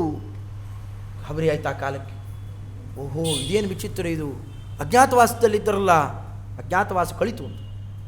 ಹಾಗೆ ಪರಿಚಯ ಮಾಡಿಸ್ತಾ, ಹಾಗಾದ್ರೆ ಭೀಮಸೇನ ದೇವರಿಯಲ್ಲಿ ಅಲ್ಲೇ ಪಕ್ಕ ಕೂತಿದ್ದ ನೋಡು, ರುಚಿ ರುಚಿಯಾಗಿ ಊಟ ಮಾಡಿದೆಯಾ ಇಲ್ಲೋ? ಬದುಕೊಂಡು ಬಂದಿಯಲ್ಲ ಯಾರಿಂದ? ಬಕ, ಹಿಡಿಂಬ, ಜಟ, ಕಿರಿಮೀರ, ಎಂಥೆಂಥ ದೊಡ್ಡ ದೊಡ್ಡ ಅಸುರರು ಇವತ್ತು ಉಳಿಲೇ ಇಲ್ಲ. ನಿನ್ನ ಮನೆಯಲ್ಲಂಥದ್ದೊಂದು ಸುದ್ದಿ ನಡೀತು, ಗೊತ್ತೇ ಆಗಲಿಲ್ಲ ನಿನಗೆ. ಕೀಚಕೋ ಏನ ನಿಹತಃ, ಕೀಚಕನನ್ನು ಯಾರು ಸಂಹಾರ ಮಾಡಿದರಲ್ಲ, ನಿನಗೆ ಉಪಕೀಚಕರು ಕೀಚಕರ ಎಲ್ಲ ಭಯ ನಿವಾರಣೆ ಮಾಡಿದರಲ್ಲ, ಅಂಥವನೇ ಮಹಾನುಭಾವ ಭೀಮಸೇನ. ನಾನು ಇನ್ನೊಬ್ಬ ಅಣ್ಣ ಪಕ್ಕಕ್ಕೇನೆ ತೋರಿಸ್ತಾ, ಇವನು ನಕುಲ, ಇವ ಸಹದೇವ, ಇಷ್ಟಿಷ್ಟು ಯುದ್ಧ ವಿಶೇಷವನ್ನು ಮಾಡಿ ನಿನ್ನ ಸೇನೆಯನ್ನು ರಕ್ಷಣೆ ಮಾಡಿದ್ದಾರೆ ಹೇಳ್ತಾ ಇದ್ದಾಗ ಭೀಮಸೇನ ದೇವರು ತಾವು ಎದ್ದು ನಿಂತು ತೋರಿಸ್ತಾರೆ. ಇಷ್ಟೆಲ್ಲ ಮಾತಾಡ್ತಾ ಇದ್ದಾನಲ್ಲ, ಈತನೇ ದೇವಪುತ್ರ, ಬೇರೆ ಯಾರೂ ಅಲ್ಲ. ನಿನ್ನ ಮಗನನ್ನು ಸಂರಕ್ಷಣೆ ಮಾಡಿದ ಮಹಾನುಭಾವ, ಗಾಂಡೀವ ಧನ್ವಿ, ಕೃಷ್ಣಾನುಗ್ರಹಕ್ಕೆ ಪಾತ್ರ ಈತನೇ ಇದ್ದಾನೆ ನೋಡು ಅಂತ ಪರಿಚಯ ಮಾಡಿಸೋಣ. ಒಬ್ಬೊಬ್ಬರನ್ನೂ ನೋಡ್ತಾನೆ, ಕಣ್ಣು ಉಜ್ಗುತ್ತಾನೆ ವಿರಾಟ ರಾಜ. ಇದೇನು ಕತೆ ಅಂತಂತಾನೆ. ಹೆದರ್ತಾ ತದಾ ವಿರಾಟಾಸನ ವಾಸ್ಥಿತಂ ನೃಪಂ ಯುಧಿಷ್ಠಿರಂ ವೀಕ್ಷ್ಯ ವಿರಾಟ ಕಿಮೇತದಿತ್ಯೂಚಿವಾನ್ ಉತ್ತರೋಸ್ಮೈ ತಾನ್ ಪಾಂಡವಾನ್ ಗೋಗ್ರಹಣೇ ಚ ವೃತ್ತಂ. ಇಷ್ಟಾದಾಗಲೂ ಕೂಡ ನಂಬಿಕೆ ಬರದೇ ಇದ್ದಾಗ ಆಗ ಉತ್ತರ ಕುಮಾರ ಓಡಿ ಬಂದು ಅವರಿಗೆಲ್ಲ ನಮಸ್ಕಾರ ಮಾಡಿ, ಅವನು ಹಿಂದಿನ ದಿವಸನೇ ಪರಿಚಯ ಆಗಿರುತ್ತಲ್ಲ, ಎಲ್ಲ ಪರಿಚಯ ಮಾಡಿಸ್ತಾನೆ. ಹೌದಪ್ಪ, ಹೀಗಿದ್ದರು ಇವರೇ ಜೀಮೂತ ಮಲ್ಲನನ್ನು ಕೊಂದವರು, ಬೇರೆ ಯಾರೂ ಅಲ್ಲ. ನಿನಗೆ ಒಂದೊಂದು ರೀತಿಯಲ್ಲೆಲ್ಲ ಅನುಕೂಲ ಮಾಡಿದವರು, ಅದಕ್ಕೆ ನಾನು ಎನ್ನೆ ಆಡಿದ್ದು. ಅವರ ಹಣೆಯಲ್ಲಿ ರಕ್ತ ಭರಿಸಿದೆ, ಮೊದಲು ಕ್ಷಮೆ ಕೇಳ್ಕು. ಆ ಸಾಷ್ಟಾಂಗ ನಮಸ್ಕಾರ ಮಾಡಿಬಿಡ್ತಾರೆ. ಗೊತ್ತಾಗಲಿಲ್ಲ ಪಾಂಡವರು, ನೀವು ನಿಜ ಹೇಳಬಾರದೆ, ನನ್ನ ಸಾಮ್ರಾಜ್ಯದಲ್ಲಿ ನೀವಿದ್ದೀರಿ ಅಂತ ಗೊತ್ತಾಗಿದ್ದಿದ್ರೆ ನಾ ಇನ್ಯಾರಿಗೂ ತಿಳಿಸ್ತಾ ಇರಲಿಲ್ಲ, ನಿಮ್ಮನ್ನು ಗೋಪುರ ಮಾಡಿಬಿಡ್ತಿದ್ದೆ, ನಿಮ್ಮ ಸೇವಕ ನಾನು. ಅಂತಹದ್ದು ಈ ರೀತಿಯಲ್ಲಿ ನನ್ನ ಸೇವೆ ಮಾಡಿಬಿಟ್ರಲ್ಲ, ಏನೇನು ಅಂದುಬಿಟ್ಟೆ, ಎಂತೆಂಥ ಕೆಲಸ ಮಾಡಿದೆ. ದ್ರೌಪದಿ ದೇವಿಯರು ಅಂಗಲಾಚಿ ಬೇಡ್ತಾ ಇದ್ದಾಗ ಧರ್ಮ ಹೇಳಲಿಕ್ಕಾಗಲಿಲ್ಲ ನಾನು. ಎಲ್ಲ ಒಟ್ಟಿಗೆ ಕ್ಷಮಾ ಕೇಳ್ಕೋತಾನೆ ಆ ಕಾಲಕ್ಕೆ. ನಿಜವಾದ ಧರ್ಮಿಷ್ಠ ಹರಿಭಕ್ತ ಅನ್ನೋದು ಗೊತ್ತಿದ್ದರಿಂದಲೇ ಹೋಗಿರ್ತಾರೆ ಆ ಕಾಲಕ್ಕೆ. ಬರೀ ಬಾಯಲ್ಲಿ ಕ್ಷಮೆ ಕೇಳಿದ್ರೆ ಏನು ಪ್ರಯೋಜನ? ಚೆನ್ನಾಗಿ ಬೈದು ಬಿಡೋದು, ಹೊಡೆದು ಬಿಡೋದು, ಸಾರಿಪ್ಪ ಅಂದ್ಬಿಡೋದು, ಎಲ್ಲ ಅಂದ್ಬಿಟ್ಟು ಅಂದ್ಬಿಟ್ರೆ ಏನು ಬೆಲೆ ಇದೆ ಅದಕ್ಕೆ ಅಂತಾನೆ ಉತ್ತರ ಕುಮಾರನೇ ಹೇಳ್ಕೊಡ್ತಾನೆ. ಇಷ್ಟೆಲ್ಲ ಏನೇನೋ ಅಪಚಾರ ಮಾಡಿದ್ದಾಗ ಹೋಗಿದೆ. ಇದೆಲ್ಲ ನಿವಾರಣೆ ಆಗಬೇಕು ಅಂದರೆ ಏನು ಮಾಡಬೇಕು? ಅದನ್ನು ನಮ್ಮಲ್ಲಿ ನಮ್ಮ ತಂಗಿ ಇದ್ದಾಳೆ, ಅವೆಲ್ಲ ಪ್ರೀತಿಯನ್ನು ಗಳಿಸಿರ್ತಕ್ಕಂಥ ಹುಡುಗಿ ಅವ್ರ ಮನೆಗೆ ಒಪ್ಪಿಸಿಕೊಟ್ಟು, ಅದು ಕೊಟ್ಟಾಗ ಮಾತ್ರ ನಾವೇನು ಅಪರಾಧ ಮಾಡಿದ್ದೇವೆ ಅದನ್ನು ಅವರು ಕ್ಷಮಿಸಬಹುದು. ಹಾಗೆ ಅರ್ಜುನನಿಗೇನೆ ಮದುವೆ ಮಾಡಿಕೊಳ್ಳಿಕ್ಕೆ ಕೊಡಬೇಕು ಅಂತ ಹೊರಟಾಗ ಅರ್ಜುನ ಅದನ್ನು ಸ್ವಪುತ್ರನಿಗೋಸ್ಕರವಾಗಿ ಪುತ್ರಾರ್ಥಮೇವ ಪ್ರತಿಜಗ್ರಾಹ ಸೋಪಿ, ಅವಳು ಏಕಾಂತದಲ್ಲೂ ನನ್ನ ಜೊತೆಯಲ್ಲಿ ವಾಸ ಮಾಡ್ತಾ ಉತ್ತರಾದೇವಿ ತಂದೆಯಂತೆ ಕಾಣ್ತಾ ಇತ್ತು, ಗುರುವಿನಂತೆ ನಾನು ನೋಡಿದ್ದಾಳೆ, ಅದರಿಂದ ನಾನು ಸ್ವೀಕಾರ ಮಾಡೋದು ಯೋಗ್ಯ ಅಲ್ಲ. ನಾಳೆ ಇದರಿಂದಲೇ ನಾಳೆ ಅಪಚಾರ ಬಂದು ಬಿಡಬಾರ್ದು. ಏಕಾಂತದಲ್ಲೇ ಮತ್ತು ಇನ್ಯಾವ ಪುರುಷರ ಜೊತೆಯಲ್ಲಿದ್ದರೂ ಕೂಡ ಇನ್ನು ಕೆಟ್ಟ ಭಾವನೆ ಬರಲಿಕ್ಕೆ ಶುರುವಾಗುತ್ತೆ, ಅದಾಗಬಾರ್ದು. ಅದರಿಂದಾಗಿ ನೀನು ಹುಡುಗಿಗೆ ಒಳ್ಳೆ ಯೋಗ್ಯನಾಗಿರ್ತಕ್ಕಂತಹ ಒಳ್ಳೆ ಪುರುಷ ಇದ್ದಾನೆ ನನ್ನ ಮಗ, ಅವನು ಕೊಟ್ಟು ಬಿಡ್ರಿ ಅಂತ ಕಾಲಕ್ಕೆ ಕೇಳೋಣ. ಒಟ್ಟು ಮನೆಗೆ ತಲುಪಿದರೆ ಸಾಕು. ಅಷ್ಟೇ ಅಲ್ಲ, ಅಭಿಮನ್ಯುವನ್ನೇ ನಿರ್ದೇಶ ಮಾಡಿದ್ದೇನು ಕಾರಣ, ಪಾಂಡವರೆಲ್ಲ ಮಾತಾಡಿ ಹೇಳ್ತಾರೆ, ಅದು ತೋರಿಸಿಕೊಟ್ಟಿದ್ದೇನು, ಇಷ್ಟು ಒಳ್ಳೆ ನಮಗೆ ಉಪಕಾರ ಮಾಡಿದ್ದಾನಲ್ಲ. ಸುದೇಶ್ನಾದೇವಿಗೆ ಹೇಳ್ತಾನೇ ಇದ್ಲು ಮತ್ತೆ ಕೃಷ್ಣಾದೇವಿ, ನಿನಗೆ ಭಾಳ ಉಪಕಾರ ಮಾಡ್ತಾರೆ, ಭಾಳ ಉಪಕಾರ ಮಾಡ್ತಾರೆ ಗಂಧರ್ವರು. ಅವಳು ಹಿಂದೆ ಮುಂದೆಲ್ಲ ಅರ್ಥ ಆಯಿತು. ಅವಳು ಕೈ ಮುಗಿದು ಬಿಡ್ತಾಳೆ ಸುದೇಶ್ನಾದೇವಿ. ದ್ರೌಪದಿ ದೇವಿ ಮೊದಲು ಕಾಲಿಗೆ ಬೀಳ್ತಾಳೆ, ತಾಯಿ ಗೊತ್ತಾಗಲಿಲ್ಲಮ್ಮ ಯಾರು ಅಂತ ತಿಳ್ಕೊಂಡು ಬಿಟ್ಟೆ ನಾನು. ಆಗ ಆ ಕಾಲಕ್ಕೆ ಇದೇ ಗಂಧರ್ವರು, ನಿಜ ಗಂಧರ್ವರ ಮೇಲಿರೋರು ಇವರೆಲ್ಲ ಅಂತಹದ್ದು. ಅವಳು ಆ ಕಾಲಕ್ಕೆ ಯಾವಾಗ ಈ ಮಾತನ್ನಾಡಿದಾಗ ಅವಳಿಗೆ ಅರ್ಥ ಆಗುತ್ತೆ. ಉಪಾಯನ ಕೊಡ್ತಾರೆ ಎಂದಿದ್ದರು, ಇಷ್ಟು ದೊಡ್ಡ ಉಪಾಯನ. ನನ್ನ ಮಗಳ ಸಂಬಂಧ ಇವತ್ತು ಎಲ್ಲಿ ತನಕ ಮುಟ್ಟಿದೆ, ಕೃಷ್ಣದೇವರ ತನಕ ಹೋಯಿತು. ಪೌತ್ರೇ ಪವಿತ್ರಾಹ್ವಯಜಾಮಿ ಪೌತ್ರೇ, ಪರೀಕ್ಷಿತರಾಜನನ್ನು ಹೇಳುವಾಗ ಏನಂದಿದ್ದಾರೆ ಅದನ್ನು, ಇನ್ಯಾವ ವಂಶ ಉಳಿಲಿಲ್ಲ, ಈ ಉತ್ತರಾದೇವಿಯ ಗರ್ಭವನ್ನು ಮಾತ್ರ ಉಳಿಸ್ತಾನೆ ಪರಮಾತ್ಮ. ಅಲ್ಲಿ ಎರಡು ಸಂಬಂಧ ಆಗಿದೆ. ಅಲ್ಲಿ ಭೀಮಸೇನ ದೇವರ ಮಕ್ಕಳನ್ನು ಉಳಿಸಲಿಲ್ಲ ಮತ್ತೆ ಪರಮಾತ್ಮ, ಅರ್ಜುನನ ವಂಶ ಉಳಿಬೇಕು. ಯಾರು ನನ್ನಲ್ಲಿ ಅತ್ಯಂತ ಪ್ರೀತ್ಯತಿಶಯವನ್ನು ಮಾಡ್ತಾರೆ, ಅಜ್ಞಾನಾನ್ಯಥಾಜ್ಞಾನಗಳು ಇದ್ದರೂ ಕೂಡ ಅದನ್ನು ಉಪಸತ್ತಿಯನ್ನು ಮಾಡಿ ಭಗವಂತನಿಂದಾಗಿ ಅದನ್ನು ನಿವಾರಣೆ ಮಾಡಿಕೊಂಡು ಮತ್ತೆ ಮತ್ತೆ ಆ ಭಕ್ತ್ಯುದ್ರೇಕವನ್ನು ಯಾರು ತೋರಿಸ್ತಾರೋ ಅವರ ವಂಶವನ್ನು ಉಳಿಸ್ತೇನೆ. ಹೀಗೆ ಭಗವಂತನ ಆ ಪರಮಾನುಗ್ರಹಕ್ಕೆ ದ್ಯೋತಕವಾಗಿ ಅಲ್ಲಿ ಸುಭದ್ರಾದೇವಿ ತನ್ನ ತಂಗಿ, ಅವನ ಮಗನೇ ಅಭಿಮನ್ಯುವನ ಪುತ್ರ ಮುಂದೆ ಉಳ್ಕೊಳ್ಬೇಕು ಪರೀಕ್ಷಿತ್ ರಾಜ. ಈ ಕ್ರಮದಿಂದಾಗಿ ಆ ವಂಶಾವಣೆಯನ್ನು ಉಳಿಸಿರ್ತಕ್ಕಂತಹ ಕ್ರಮ ವಿಶೇಷ. ಆಗ ಮತ್ತು ಆ ಕಾಲಕ್ಕೆ ಯಾರು ಬರಬೇಕು ಅಲ್ಲಿಗೆ, ಇನ್ನೆಲ್ಲ ಸ್ವೀಕಾರ ಮಾಡಲಿಕ್ಕೆ ಅಂತ ಹೇಳಿ ಕೃಷ್ಣ ಪರಮಾತ್ಮನಲ್ಲಿ ಕರೆಸೋಣ. ಕರೆಸಿ ಆ ಕಾಲದಲ್ಲೇನೆ ಸಪಾಂಚಾಲಾನಾಂ ವಾಸುದೇವೇನ ಸಾರ್ಧಂ ಅಜ್ಞಾತವಾಸಂ ಸಮತೀತ್ಯ ಮೋದತಾಂ. ಆಗ ಆ ದ್ರುಪದರಾಜನ ಕಡೆಯಿಂದ ಬಂದರು. ಯಾರ್ಯಾರು ಬ್ರಾಹ್ಮಣೋತ್ತಮರು ಬಿಟ್ಟು ಹೋಗಿದ್ರು, ಕಾಯ್ತಾ ಇದ್ದರು ದಿನಗಳನ್ನು, ಅವರೆಲ್ಲ ಲೆಕ್ಕಾಚಾರ ಹಾಕ್ಕೊಂಡು ಕಾಯ್ತಾ ಇದ್ದರು. ಇವತ್ತು ಮುಗಿತು, ಇನ್ನೂ ಪಾಂಡವರ ಸುದ್ದಿ ಬರಲಿಲ್ಲ, ಒಂದು ದಿವಸ ತಡ ಆಯಿತು, ಅವ್ರು ಕಾಯ್ತಾ ಇದ್ದರು. ಅಷ್ಟೊಳಗೆ ಸುದ್ದಿ ಬಂತು, ಕೃಷ್ಣ ಪರಮಾತ್ಮನೇ ಆಗ ಬೀಗನಂತೆ ಬರ್ತಾನೆ ಆತ. ಆ ಕಾಲಕ್ಕೆ ಅಭಿಮನ್ಯುವನ್ನು ಕರ್ಕೊಂಡು ಬಂದ, ಮತ್ತೆ ಕರ್ಕೊಂಡು ಬರೋಣ. ಆ ಕಾಲದಲ್ಲಿ ಬಹಳ ಚೆನ್ನಾಗಿ ಮಾತಾಡುತ್ತಾರೆ ಪಾಂಡವರೆಲ್ಲ. ಕೃಷ್ಣ ಪರಮಾತ್ಮನ ಮುಂದೆ ಹೋಗಿ ಕೈ ಮುಗಿದು ನಿಲ್ಲುತ್ತಾ, ತವ ಕೃಷ್ಣ ಪ್ರಸಾದಾದ್ವೈ ವರ್ಷಾಣ್ಯೇ ತಾನಿ ಸರ್ವಶಃ, ಎಲ್ಲ ಕೈ ಮುಕ್ಕೊಂಡಿದ್ದಾರೆ. ಇಲ್ಲಿ ವಯಸ್ಸು ನೋಡಲೇ ಇಲ್ಲ. ಉತ್ಕೃಷ್ಟತ್ವವನ್ನು ಪ್ರತಿಯೊಬ್ಬರು ನೋಡಿದ್ರು ಅನ್ನೋದಕ್ಕೆ ಸಾಕ್ಷಿ ತ್ರಯೋದಶೋಪಿ ದಾಶಾರಹ ಯಥಾ ಸ ಸಮಯ ಕೃತಃ. ನಾವೇನು ಪ್ರತಿಜ್ಞೆ ಮಾಡಿದ್ವಿ ಅದರಂತೆಯೇ ಇದನ್ನೆಲ್ಲ ದಾಟಿ ಬಂದಿದ್ದೇವೆ ಸ್ವಾಮಿ. ಇದೆಲ್ಲವೂ ತವ ಪ್ರಸಾದಾತ್, ನಿನ್ನ ಪ್ರಸಾದದಿಂದಲೇ. ಇದು ನಮ್ಮ ಕೈಯಲ್ಲಿ ಆಗ್ತಿರಲಿಲ್ಲ, ನಿನ್ನ ಅನುಗ್ರಹ. ಅದರಂತೆ ದುರ್ಗಾದೇವಿಯರ ಪರಮಾನುಗ್ರಹ, ಯಮದೇವರು ಮುಂತಾದವರು ಏನು ಸಮಸ್ತ ದೇವತೆಗಳ ಅನುಗ್ರಹ ಮಾಡಿದ್ರು, ಇದೆಲ್ಲ ಇತ್ತು. ಹರಿವಾಯುಗುರುಗಳ ಪರಮಾನುಗ್ರಹ ಇತ್ತು, ಅದರಿಂದ ದಾಟಿ ಬಂದಿದ್ದೇವೆ. ರಕ್ಷಸ್ವ ದೇವದೇವೇಶ ತ್ವಾಮಾರ್ಯ ಶರಣಂಗತಾ. ಸ್ವಾಮಿ ನಿನಗೇ ಶರಣಾಗಿದ್ದೇವೆ, ಮುಂದೆ ಏನಾಗಬೇಕು ನೀ ಏನು ಹೇಳ್ತಿ ಕೇಳ್ಕೊಂಡಿರ್ತೆ, ನಮ್ಮ ಸ್ವಂತ ಇನ್ನೇನೂ ಇಲ್ಲ. ಈ ಪಾಂಡವರನ್ನ ಯಾರನ್ನೂ ಮಾತಾಡಿಸಿಲ್ಲ ಸ್ವಾಮಿ. ದ್ರೌಪದಿ ದೇವಿಯರ ಹತ್ರ ಹೋಗ್ತಾನೆ. ಅವ್ವಾ ಎಷ್ಟು ಕಷ್ಟಪಟ್ಟುಬಿಟ್ಟೆ, ಹೌದಲ್ಲು ಎಷ್ಟು ಕಷ್ಟಪಟ್ಟಿಯಲ್ಲ. ನಿನಗೆ ಯಾರ್ಯಾರು ಹಿಂಸೆ ಕೊಟ್ಟಿದ್ದಾರೆ, ಸತ್യമೇ ತದ್ವಚೋ ಮಹ್ಯಂ ಅವೈಹಿ ತ್ವಮನಿಂದಿತೆ. ಈ ಮಾತಾಡ್ತಾ ಇದ್ದೇನೆ ಅತ್ಯಂತ ಸತ್ಯ. ಕೃಷ್ಣ ಮಾತಾಡಿ ನಿಲ್ಲಿಸಿದ ಅಂತೂ ಎಲ್ಲೂ ಇಲ್ಲ. ನೋಡಿ ನಿನಗೆ ಆ ಸತ್ಯ ಸಂಕಲ್ಪ ತೋರಿಸಿಕೊಡ್ತಾ ಇದ್ದೇನೆ. ಯುಧಿಷ್ಠಿರಾಯ ದಾಸ್ಯಾಮಿ ಚಿರಾತ್ ಘಾತಯಿತ್ವಾಹಂ ಪಾರ್ಥೇನ ಸಹಿತ ಕ್ಷಿತಿಂ. ಸಮಸ್ತ ದಾಷ್ಟ್ರರಾತ್ರರು ಯಾರ್ಯಾರಿದ್ದಾರೆ, ಧೃತರಾಷ್ಟ್ರನ ಮಕ್ಕಳು ಅವನ ಜೊತೆಗೆ ಸಹಾಯ ಮಾಡೋರು, ಒಟ್ಟಿಗೆ ಅಷ್ಟೂ ಜನರನ್ನು ಹೊಡೆದು ಸಮಸ್ತ ರಾಜ್ಯವನ್ನು ತಂದು ನಿನ್ನ ಗಂಡಂದರಿಗೆ ಒಪ್ಪಿಸ್ತೇನೆ. ಮಹಿಷಿಯಾಗಿ ನೀನು ಮರೆಯೋದನ್ನು ನಾನು ನೋಡ್ತೇನೆ. ಇಷ್ಟು ಈ ಕ್ರಮದಿಂದಾಗಿ ಪ್ರತಿಜ್ಞೆಯನ್ನು ಮಾಡಿಬಿಡ್ತಾನೆ ಕೃಷ್ಣ ಪರಮಾತ್ಮ. ಮುಂದೆ ಸುಮ್ಮನೆ ಅಷ್ಟೇ ಆದ ನೆಪ, ಅದೊಂದು ನಾಟಕ ಅಷ್ಟೇ. ಸಂಧಿ ಮಾಡ್ತೇನೆ ಅಂತ, ಸಂಧಿ ಅಲ್ಲ, ಅದು ವಿಗ್ರಹಕ್ಕೆ ಹೋಗಿದ್ದಲ್ಲಿ. ಎಲ್ಲೆಲ್ಲಿ ಸಂಧಿ ಇತ್ತು ಅಂತ ತೋರಿಸ್ಬೇಕು, ಕನ್ನಡದ ಸಂಧಿ ಅದು. ಎಲ್ಲೆಲ್ಲಿ ಅವರವರಲ್ಲೇ ಸಂಧಿ ಇತ್ತು ಅದನ್ನೆಲ್ಲ ಬಿರುಕು ಹೊಡೆಸಿ ಬಂದುಬಿಡ್ತಾನೆ ಅಷ್ಟೇ. ಅಂತಹದ್ದು ಆ ಕ್ರಮ ವಿಶೇಷದಿಂದಾಗಿ ಇಲ್ಲೇ ಸೇರೋಣ. ಏನು ಆ ಕಾಲಕ್ಕೆ ಯಾದವರೆಲ್ಲ ಸೇರಿಬಿಟ್ಟಿದ್ದಾರೆ, ಭಾರೀ ಉತ್ಸವ ವಿಶೇಷ, ಏನು ಭಾರಿ ಚಪ್ಪರ ಗಿಪ್ಪರ ಹಾಕಿದ್ದಾರೆ, ವಾದ್ಯ ಏನು, ಘೋಷ ಏನು, ಅವರವ್ರ ಕಡೆಯಲ್ಲಿ ಎಲ್ಲ ಕಡೆಯಲ್ಲಿ ಶ್ರೀಮಂತರು ಅಸಾಧ್ಯವಾದ ಉಡುಗೊರೆಯನ್ನು ತಂದು ಕೊಡ್ತಾ ಇದ್ದಾರೆ ಪಾಂಡವರಿಗೆ. ಅವರೇನು ರಾಜ್ಯ ಕಳ್ಕೊಂಡ್ರು ಅಂತ ಇಲ್ಲೇ ಇಲ್ಲ, ಮತ್ತೆ ಏನೇನು ಕಳ್ಕೊಂಡಿದ್ರು ಅಷ್ಟು ತರಿಸಿ ಕೊಡಿಸಿಬಿಟ್ಟೆ ಪರಮಾತ್ಮ. ಅಷ್ಟು ಬಂದು ಹೋಗಿಬಿಡ್ತು. ಗಂಡಿನ ಕಡೆಯವರು ಏನೂ ಇಲ್ಲ ಅಂತ ಆಗಬಾರ್ದು, ಮತ್ತೆ ಎಲ್ಲ ಕಳ್ಕೊಂಡ್ಬಿಟ್ಟಿದ್ದಾರೆ ಅಂತ ಆಗಬಾರ್ದು, ಸಮಸ್ತ ತುಂಬ ಹೋಗಿಬಿಡ್ತು ಪಾಂಡವರ ಸಂಪತ್ತು. ಅಷ್ಟು ತುಂಬಿಸ್ತಾ ಆ ಕಾಲದಲ್ಲಿ ಪರಮಾತ್ಮ ಅಂತಃಪಟವನ್ನು ಹಿಡಿದಿರಬೇಕು. ಅಭಿಮನ್ಯು ಈ ಕಡೆಯಲ್ಲಿ ಉತ್ತರಾದೇವಿ ಅವರಿಬ್ಬರು ಅಂತಃಪಟವನ್ನು ಹಿಡಿದು ಸುಮುಹೂರ್ತೆ ಸಾವಧಾನ ಸುಲಜ್ಞ ಸಾವಧಾನ ಈ ಮಂತ್ರೋಚ್ಚಾರಣ ಪುರಸ್ಸರವಾಗಿ ಅಕ್ಷತಾರೋಪಣವನ್ನು ರುಕ್ಮಿಣೀ ಸತ್ಯಭಾಮ ಸಮೇತವಾಗಿ ನಮ್ಮ ಗೋಪಾಲಕೃಷ್ಣ ದೇವರು ಆತ ಅದನ್ನು ಅಕ್ಷತಾರೋಪಣವನ್ನು ಮಾಡುತ್ತಾ ಇರಬೇಕು. ಈ ಕಡೆಯಲ್ಲಿ ಭೀಮಸೇನ ದೇವರು, ಅದರಂತೆ ದ್ರೌಪದಿ ದೇವಿಯರು, ಏನು ಸಮಸ್ತ ವರ್ಗ ಧರ್ಮರಾಜ ಪ್ರಭೃತಿಗಳು ಆಶೀರ್ವಚನ ಪುರಸ್ಸರವಾಗಿ ಅಭಿಮನ್ಯು ಮಹಾವೀರ ಮುಂದೆ ಏನು ಅಪಾರ ಕೀರ್ತಿ ಸಂಪನ್ನನಾಗ್ತಾನೆ, ಅದಕ್ಕೆ ಬೇಕಾದ ಆ ಪುಣ್ಯವರ್ಚಸ್ಸನ್ನೆಲ್ಲ ತುಂಬುತ್ತಾ ಅವನಿಗೆ ಆಶೀರ್ವಚನವನ್ನು ಮಾಡ್ತಿರಬೇಕು. ಎರಡು ವಂಶ ಒಂದು ಕಡೆಯಲ್ಲಿ ಬೆರೆತು ಹೋಗಿಬಿಡ್ತು. ಆ ಕ್ರಮದಲ್ಲಿ ಸೇರಿಸೋಣ. ಇವೆಲ್ಲ ಉತ್ಸವದಲ್ಲಿ ಇದ್ದಾರೆ. ದುರ್ಯೋಧನ ವೃತ್ತಿ ಆ ಕಡೆಯಿಂದ ಬಂತು.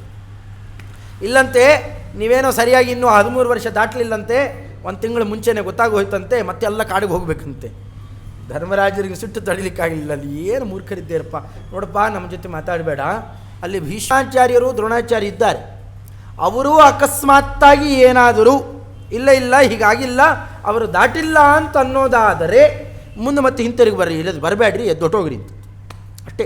ನಾ ಮಾತಾಡಿದ್ರೆ ನೀನು ನಾ ಕಣ್ಣು ಬಿಟ್ಟರೆ ನೀನು ಸುಟ್ಟು ಹೋಗ್ತೀರಿ, ಬರಬೇಡ್ರಿ ಅಂತ ಅವರನ್ನು ಧಿಕ್ಕಾರ ಮಾಡಿ ಕಳಿಸ್ಕೊಟ್ಟು ಬಿಡೋಣ. ಇಲ್ಲಿ ಬರ್ತಿರ್ಲಿಕ್ಕೆ ಭೀಷ್ಮಾಚಾರ್ಯ ಎಲ್ಲ ಬಿಡಿಸಿ ಹೇಳ್ತಾರೆ. ಅವರು ಹೇಳಿದ್ದನ್ನೆಲ್ಲ ಆಚಾರ್ಯ ಬಹಳ ಚೆನ್ನಾಗಿ ಸಂಗ್ರಹ ಮಾಡಿಕೊಡ್ತಾರೆ. ಸೌರಮಾಸಾನುಸಾರೇಣ ಧರ್ತರಾಷ್ಟ್ರ ಅಪೂರ್ಣತಾಂ ಆಹುಶ್ಚಂದ್ರೇಣ ಮಾಸೇನ ಪೂರ್ಣ ಕಾಲೋ ಅಖಿಲೋಪ್ಯಸೌ. ಸೌರಮಾಸ ಪ್ರಕಾರ ಇನ್ನೂ ಒಂದು ತಿಂಗಳು ಆಗಿಲ್ಲ ಅಂತ ಅವನು ಲೆಕ್ಕ ಹಾಕೋತಾ ಇದ್ದಾರೆ. ಆದರೆ ಚಾಂದ್ರಮಾನ ಪ್ರಕಾರದಲ್ಲಿ ಮುಗಿದು ಹೋಗಿಬಿಟ್ಟಿದೆ. ಅಧಿಕ ಮಾಸ ಬರುವಾಗ ಬರದೇ ಇದ್ದಾಗ ಇವೆಲ್ಲ ವ್ಯತ್ಯಾಸ ಇದೆ. ಅದನ್ನೆಲ್ಲ ಭೀಷ್ಮಾಚಾರ್ಯ ಬಹಳ ಚೆನ್ನಾಗಿ ಅಂದಿದ್ದಾರೆ. ಅಲ್ಲಿ ಇನ್ನೊಂದು ಸತ್ಯಾಂಶ ಹೇಳ್ತಾರೆ, 5 ವರ್ಷಕ್ಕೆ 2 ಬಾರಿ ಅಧಿಕ ಮಾಸ ಬರುತ್ತೆ ಅಂತಾರೆ. 6 ವರ್ಷಕ್ಕೆ 2 ಬಾರಿ ಅನ್ನೋಲ್ಲ, 5 ವರ್ಷಕ್ಕೆ 2 ಬಾರಿ ಬರುತ್ತೆ ಅಂತಂತಾರೆ. ಅಷ್ಟು ತೋರಿಸಿಕೊಡ್ತಾ ಬಹಳ ದೊಡ್ಡ ಪಟ್ಟಿ ಇದೆ. ಅದನ್ನೆಲ್ಲ ಆಚಾರ್ಯ ಸಂಗ್ರಹ ಮಾಡಿಬಿಟ್ಟು ಮುಖ್ಯಾಂಶ ಏನೋ ಅದನ್ನು ಹೇಳ್ತಾರೆ. ಯಾಕೆ ಸೌರಮಾನ ಯಾಕೆ ಹಿಡಿಬಾರ್ದು, ಚಾಂದ್ರಮಾನನೇ ಯಾಕೆ ಹಿಡಿಬೇಕು, ಸೌರಮಾನ ಯಾವಾಗ ಹಿಡಿಬೇಕು, ಚಾಂದ್ರಮಾನ ಯಾವಾಗ ಹಿಡಿಬೇಕು, ಆ ಲೆಕ್ಕಾಚಾರವನ್ನು ತೋರಿಸ್ತಾ ದಿನಾನಾಂ ಅಧಿಪ ಸೂರ್ಯ ಪಕ್ಷ ಮಾಸಾಪ್ತಪ ಶಶಿ ತಸ್ಮಾತ್ ಸೌಮ್ಯಾಪ್ತಮೇವಾತ್ರ ಮುಖ್ಯಮಾಹು ಮನೀಷಿಣಃ. ಲೆಕ್ಕಾಚಾರದಲ್ಲಿ ತಗೊಂಡ್ರೆ ಸೂರ್ಯನನ್ನು ಯಾತಕ್ಕೆ ಹಿಡಿಬಹುದು, ಚಂದ್ರನನ್ನು ಯಾತಕ್ಕೆ ಹಿಡಿಬಹುದು, ವಿಚಾರ ಮಾಡಿ ನೋಡ್ತಾ ಹೊರಟ್ರೆ ಸರಿ ಹೊಂದಾಣಿಕೆ ಆಗೋಲ್ಲ. ಸೂರ್ಯನನ್ನು ಹಿಡಿದು ಬಿಟ್ಟರೆ ಸೂರ್ಯನನ್ನು ಹಿಡಿಯೋದು ಯಾವುದರಿಂದ, ಸಾಧಾರಣ ಉದಯ ಕಾಲಕ್ಕೆ ಎದ್ದು ಸಂಧ್ಯಾ ವಂದನೆ ಮಾಡಿರಿ ಅಂತಂತಾರೆ. ಉದಯ ಕಾಲ ಅಂತಂದ್ರೆ ಯಾವ ಉದಯ ತೊಗೋಬೇಕ್ರಿ, ನೀವು ಚಂದ್ರೋದಯ ಅಂತ ತೊಗೊಂಡುಬಿಟ್ರೆ ಗೋವಿಂದ, ಚಂದ್ರೋದಯ ಯಾವಾಗಲೂ ಆಗ್ತಿರುತ್ತೆ. ಮತ್ತು ಚಂದ್ರೋದಯಕ್ಕೆ ಅಂದರೆ ಮಧ್ಯರಾತ್ರಿ ಹೇಳಬೇಕಾಗುತ್ತೆ, ಇಲ್ಲ ಮಧ್ಯಾಹ್ನ ಹೇಳಬೇಕಾಗುತ್ತೆ. ಅದಕ್ಕಲ್ಲ, ಉದಯ ಅಂತಂದರೆ ಸೂರ್ಯೋದಯ. ದಿನ ಅಂತ ಲೆಕ್ಕ ಹಾಕಬೇಕಾಗಿದ್ದರೆ ಅದು ಸೂರ್ಯೋದಯದಿಂದ ಸೂರ್ಯಾಸ್ತಮಾನದ ತನಕನೇ ಹಗಲು. ಅದರಿಂದಲೇ ಹಗಲು ರಾತ್ರಿಗಳನ್ನು ಲೆಕ್ಕ ಹಾಕಲಿಕ್ಕೆ ಬರೋದು. ಒಂದು ದಿನ ಅಂತ ನೋಡಬೇಕಾದ್ರೆ ದಿನಾನಾಂ ಅಧಿಪಃ ಸೂರ್ಯ, ಅದು ಸೂರ್ಯನಿಂದಲೇನು. ಆದರೆ ಮಾಸ ಪಕ್ಷ ಇವೆಲ್ಲ ಲೆಕ್ಕ ಹಾಕೋದು. ಪಕ್ಷ ಅಂದರೆ ಅದರಲ್ಲಿ ಒಂದು ಅಮಾವಾಸ್ಯ ಬರಬೇಕು, ಇಲ್ಲ ಪೂರ್ಣಮಾಸ್ಯ ಬರಬೇಕು. ಇಲ್ಲಿ ಪೂರ್ಣಮಾಸಿ ತಿಥಿ ಅಥವಾ ಅಮಾವಾಸ್ಯ ತಿಥಿ ಇವೆರಡು ಬರಬೇಕು. ಅಂದರೆ ಪೂರ್ಣ ಚಂದ್ರ ಇಲ್ಲ ಒಂದೇ ಕಲೆಯಲ್ಲಿರುವ ಚಂದ್ರ, ಚಂದ್ರ ಸೂರ್ಯರ ಒಟ್ಟಿಗೆ ಉದಯ ಇದಾಗಬೇಕು. ಅಮಾವಾಸ್ಯದಲ್ಲಿ ಒಟ್ಟಿಗೆ ಸೇರಿ ಬರ್ತಾರೆ ಅವತ್ತಿನ ದಿವಸ, ಒಂದೇ ಕಲೆ ಇರುತ್ತೆ. ಹೀಗಾಗಿ ಇದಾದರೂ ನಡೀಬೇಕು. ಇದು ಬರೋದು ಯಾವಾಗ ಅಂದರೆ ಸ್ಪಷ್ಟ ಲೆಕ್ಕಾಚಾರ ಸಿಕ್ಕಿಬಿಡುತ್ತೆ. ಒಂದು ಹುಣ್ಣಿಮೆ ಬಂತು ಅಂತಂದರೆ ಓಹೋ ಅದೊಂದು ಮಾಸ ಆಯಿತು. ಅದು 2 ಕ್ರಮ ಇದೆ, ಅಮಾಂತ ಮಾಸ ಮತ್ತು ಪೂರ್ಣಿಮಾಂತ ಮಾಸ ಅಂತ 2 ಕ್ರಮ ಇದೆ. ನಾವು ಪೂರ್ಣಿಮಾಂತ ಮಾಸವನ್ನು ಸ್ನಾನಕ್ಕೆ ಹಿಡಿತೇವೆ. ಸ್ನಾನದಲ್ಲಿ ಹುಣ್ಣಿಮೆಯಿಂದ ಹುಣ್ಣಿಮೆಗೆ ಇನ್ನೂ ಆಶ್ವಯುಜ ಮಾಸ ನಡೀತಾ ಇರುತ್ತೆ. ಕಾರ್ತಿಕ ಸ್ನಾನ ಶುರುವಾಗಿದೆ ಅಂತ ಹುಣ್ಣಿಮೆ ದಿವಸನೂ ಶುರುವಾಗಿ ಹೋಗುತ್ತೆ. ಯಾಕೆ, ಆಶ್ವಯುಜ ಶುದ್ಧ ಹುಣ್ಣಿಮೆಯಿಂದ ಕಾರ್ತಿಕ ಶುದ್ಧ ಹುಣ್ಣಿಮೆ ತನಕನೇ ಸ್ನಾನಕ್ಕೆ, ಅದಾದಮೇಲೆ ಇಲ್ಲ ಮತ್ತೆ ಕಾರ್ತಿಕ ಸ್ನಾನ. ಸ್ನಾನಕ್ಕೆ ಹುಣ್ಣಿಮೆಯಿಂದ ಹುಣ್ಣಿಮೆಯ ಮಾಸ. ಅದೇನೇ ಬೇರೆ ಲೆಕ್ಕಾಚಾರಗಳಿಗೆ ಅಮಾವಾಸ್ಯೆಯಿಂದ ಅಮಾವಾಸ್ಯ ತನಕ. ಅಂದರೆ ಈ ಕ್ರಮದಿಂದಾಗಿ 2 ತರಹದ ಲೆಕ್ಕಾಚಾರಗಳಿದ್ದಾವೆ. ಈ 2 ಲೆಕ್ಕಾಚಾರದಲ್ಲಿ ತಗೊಂಡ್ರು ಹುಣ್ಣಿಮೆ ಅಮಾವಾಸ್ಯ ಇವುಗಳು ಬರೋದರಿಂದಾಗಿ ಪಕ್ಷ ಮಾಸ ಸರಿಯಾಗಿ ಲೆಕ್ಕ ಸಿಗೋದಾದರೆ ಅದು ಚಾಂದ್ರಮಾನದಲ್ಲಿ, ಸೌರಮಾನದಲ್ಲಿ ಲೆಕ್ಕಾಚಾರ ಸಿಗೋಲ್ಲ. ಅದರಿಂದಾಗಿ ಆ ಲೆಕ್ಕಾಚಾರವನ್ನು ಸರಿಯಾಗಿ ಹಿಡಿಬೇಕು. ಅದರಿಂದಲೇ 12 ಮಾಸ ಕಳೀತು ಅಂತಂದರೆ ಅದನ್ನೇನೆಂದು ಬಿಡ್ತಾರೆ ಅಲ್ಲಿಗೆ? ಒಂದು ವರ್ಷ, ಪಕ್ಷ, ಮಾಸ, ಅಬ್ದಪಹ, ಇದನ್ನು ಪಾತಿ ರಕ್ಷಣೆ ಮಾಡಿತಕ್ಕಂಥವನು ಶಶಿ, ಚಂದ್ರ. ಅದರಿಂದಾಗಿ ಚಾಂದ್ರಮಾನವನ್ನೇ ಹಿಡಿಬೇಕು ಇದರಲ್ಲಿ, ಸೌರಮಾನವನ್ನಲ್ಲ. ಆ ಕ್ರಮದಿಂದಲೇ ಇಲ್ಲಿ ಚಾಂದ್ರಮಾನ ಪ್ರಕಾರದಿಂದಾಗ ಅವರು ಮುಗಿಸಿದ್ದಾಗ ಸೌರಮಾನದ ಲೆಕ್ಕಾಚಾರ ಇಟ್ಕೊಂಡು ಇನ್ನೂ ಮುಗುದಿಲ್ಲ ಇಲ್ಲಿ ಅಧಿಕ ಮಾಸದ ಗಣನೆ ಮಾಡಲಿಲ್ಲ. ಅದನ್ನು ಹೇಳ್ಕೊಂಡು ಆತ ಕೂತಿದ್ದಾನೆ ಅಂತ ಅನ್ನೋದನ್ನು ಆಚಾರ್ಯರು ತೋರಿಸಿಕೊಡ್ತಾ ಆಗಲೇನೆ ಸೌಮ್ಯಂ ಕಾಲಂ ತಥೋ ಯಜ್ಞೆ ಗೃಹಂತಿ ನತು ಸೂರ್ಯಜಂ. ಯಾಜ್ಞಿಕ ಕಾಲದಲ್ಲೂ ಕೂಡ ಚಾಂದ್ರಮಾನವನ್ನೇ ಹಿಡಿತಾರೆ, ಸೌರಮಾನವನ್ನೇ ಹಿಡಿಯೋಲ್ಲ. ಇದು ಸಾಂದರ್ಭಿಕವಾದ ವಿಚಾರಗಳನ್ನೆಲ್ಲ ತೋರಿಸ್ತಾ, ಆದರೂ ಲೋಭದಿಂದ, ಇಷ್ಟೆಲ್ಲ ಧರ್ಮ ಇದ್ದರೂ ಲೋಭದಿಂದಾಗಿ ಇಲ್ಲ ಮತ್ತೆ ಹೋಗಬೇಕು ಅಂತ ಹಠ ಹಿಡಿದು ಕೂತಾಗ ಯಾರು ಭೀಷ್ಮಾಚಾರ್ಯ ಪ್ರವೃತ್ತಿಗಳು ಯಾರು ಅವನಿಗೆ ಸಹಾಯ ಮಾಡೋಲ್ಲ ಆ ಕಾಲಕ್ಕೆ. ರಾಜ್ಯಂ ನ ದತ್ತಂ ಪಾರ್ಥೇಭ್ಯ ಪಾರ್ಥ ಕಾಲಸ್ಯ ಪೂರ್ಣತಾಂ. ಎಲ್ಲ ಜ್ಞಾನಿಗಳು ಬ್ರಾಹ್ಮಣರು ಎಲ್ಲರೂ ಒಪ್ಪುತ್ತಾರೆ, ಹೌದು ಪಾಂಡವರು ನಡ್ಕೊಂಡಿರೋದು ಸರಿ, ಎಲ್ಲರಿಗೂ ಗೊತ್ತು. ಆದರೂ ಇಲ್ಲ ಅವರು ಪೂರೈಸಿಲ್ಲ, ನಾ ಕೊಡೋದು. ಯಾಕೆ ಕೊಡೋಲ್ಲ ಅಂದರೆ ನಂದು ಇದು ಅಂತ ಅಷ್ಟೆ, ನಂದಿದು. ನೋಡಿ, ಈ ಅಹಂಕಾರ ಒಳಗಡೆಯಲ್ಲಿ ಆ ಸ್ವಾರ್ಥ, ಲೋಭ ಇದು ತುಂಬಿಕೊಂಡ್ಬಿಡುತ್ತೆ ಆತನಿಗೆ. ಆದರೂ ಕೂಡ ಏನು ಮಾಡಿದ್ರು ಇವರು ಪೂರೈಸದೇ ಇದ್ದರು, ಕಾಡಿಗೆ ಹೋದರು, ಕಾಡಲ್ಲಿ ಅವರು ಆರಾಮವಾಗಿದ್ದು, ಏನು ಮಾಡಿದರೂ ದುಃಖ ಪಡ್ತಾ ಇದ್ದಿದ್ದು ದುರ್ಯೋಧನ. ಅವರು ಎಲ್ಲೇ ಇದ್ದರೂ ಆನಂದವಾಗಿದ್ದವರು ಪಾಂಡವರು. ಯಾಕೆ ಅನ್ನೋದ್ರ ಕಾರಣ ಹೇಳ್ತಾರೆ ಆಚಾರ್ಯರು, ಸವಾಸುದೇವ ಅಖಿಲೈಶ್ಚ ಯಾದವೈ ಪಾಂಚಾಲ ಮಾತ್ಸೈಶ್ಚಯುತ ಸಭಾರ್ಯ ಉಪಪ್ಲಾವ್ಯೇ ತೇ ಕತಿಚಿತ್ ದಿನಾನಿ ವಾಸಂ ಚಕ್ರುಹು ಕೃಷ್ಣ ಸಂಶಿಕ್ಷಿತಾರ್ಥ. ಉಪಪ್ಲಾವ್ಯ ನಗರದಲ್ಲಿ ಕೆಲವು ದಿವಸ ಇರ್ತಾರೆ. ಅಲ್ಲೇ ಇತ್ತು ಸವಾಸುದೇವಾಹ, ಕೃಷ್ಣದೇವರ ಜೊತೆಯಲ್ಲಿ ಇರ್ತಕ್ಕಂಥವ್ರು. ಜೊತೆಯಲ್ಲಿ ಹೆಂಡತಿ ಈ ಕಡೆಯಿಂದ ಸುಭದ್ರಾದೇವಿ ಬಂದಿದ್ದಾಳೆ, ಅದರಂತೆಯೇ ಆ ಕಡೆಯಲ್ಲಿ ದ್ರೌಪದಿ ದೇವಿ, ಇಲ್ಲ ಅರ್ಜುನನ ಜೊತೆಯಲ್ಲಿ, ಹಾಗೆ ಬೇರೆ ಬೇರೆ ಪತ್ನಿಯರು, ಬೇರೆ ಬೇರೆಯವರೆಲ್ಲ ಧೌಮ್ಯಾಚಾರಿ ಪ್ರವೃತ್ತಿಗಳು ಬರ್ತಾರೆ. ಆವತ್ತಿನಿಂದ ಅಗ್ನಿಹೋತ್ರಾದಿಗಳನ್ನು ಹಿಡ್ಕೊಂಡಿದ್ದರು. ಇವನ್ನೆಲ್ಲ ತಮ್ಮ ಏನು ಕಾರ್ಯಗಳಿತ್ತು ಅದನ್ನೆಲ್ಲ ಪೂರೈಸ್ತಾ ಹೊರಡ್ತಾರೆ ಆ ಕಾಲಕ್ಕೆ. ಹೀಗೆ ಕೃಷ್ಣದೇವರ ಜೊತೆಯಲ್ಲೇ ಇತ್ತು ಬಹುಕಾಲದ ತನಕ ಏನೇನು ನಡೀತು ಅಂತೆಲ್ಲ ಕೃಷ್ಣದೇವರ ಮುಂದೆ ಒಪ್ಪಿಸ್ತಾ ಆನಂದವಾಗಿ ಕೆಲ ದಿನಗಳನ್ನು ಕಳೀತಾರೆ. ಸ್ವಲ್ಪ ಹೋಗಲಿ, ದುರ್ಯೋಧನ ಎಲ್ಲ ಸಿದ್ಧ ಆಗಲಿ, ಸ್ವಲ್ಪ ಅವಕಾಶ ಕೊಡೋಣ. ಅವನು ಒಳಗಡೆಯಲ್ಲಿ ಬೇಕಾಷ್ಟು ತರಹದಲ್ಲಿ ಕ್ರುದ್ಧನಾಗಿ ಹೋಗಿದ್ದಾನೆ, ತಲೆ ಓಡೋಲ್ಲ ಅವನಿಗೆ. ಅತಿಯಾಗಿ ಸಿಟ್ಟು, ಅತಿಯಾಗಿ ಲೋಭ ಇವೆಲ್ಲ ಸೇರಿಬಿಟ್ರೆ ಒಮ್ಮೆಲೆಗೆ ತಲೆ ಓಡೋಲ್ಲ. ಸ್ವಲ್ಪ ತಲೆ ಓಡಲಿಕ್ಕೆ ಅವಕಾಶ ಕೊಟ್ಟು ಅವನು ನಿಲ್ಲಿಸ್ತಾರೆ. ಇದು ವಿರಾಟ ಪರ್ವ. ಒಟ್ಟಾರೆ ವಿರಾಟ ಪರ್ವದಲ್ಲಿ ತೋರಿಸಿಕೊಟ್ಟಿದ್ದೇನು ಆಚಾರ್ಯರ ಹಿಂದೊಂದು ಪದ್ಯದಲ್ಲಿ ಎಲ್ಲ ಸಂಗ್ರಹ ಮಾಡಿಕೊಟ್ಟಿದ್ದಾರೆ. ವಿರಾಟ ರಾಜನಿಗೆ ಅವರು ಪೂರ್ಣ ಅನುಗ್ರಹ ಮಾಡಿದ್ದೇನು.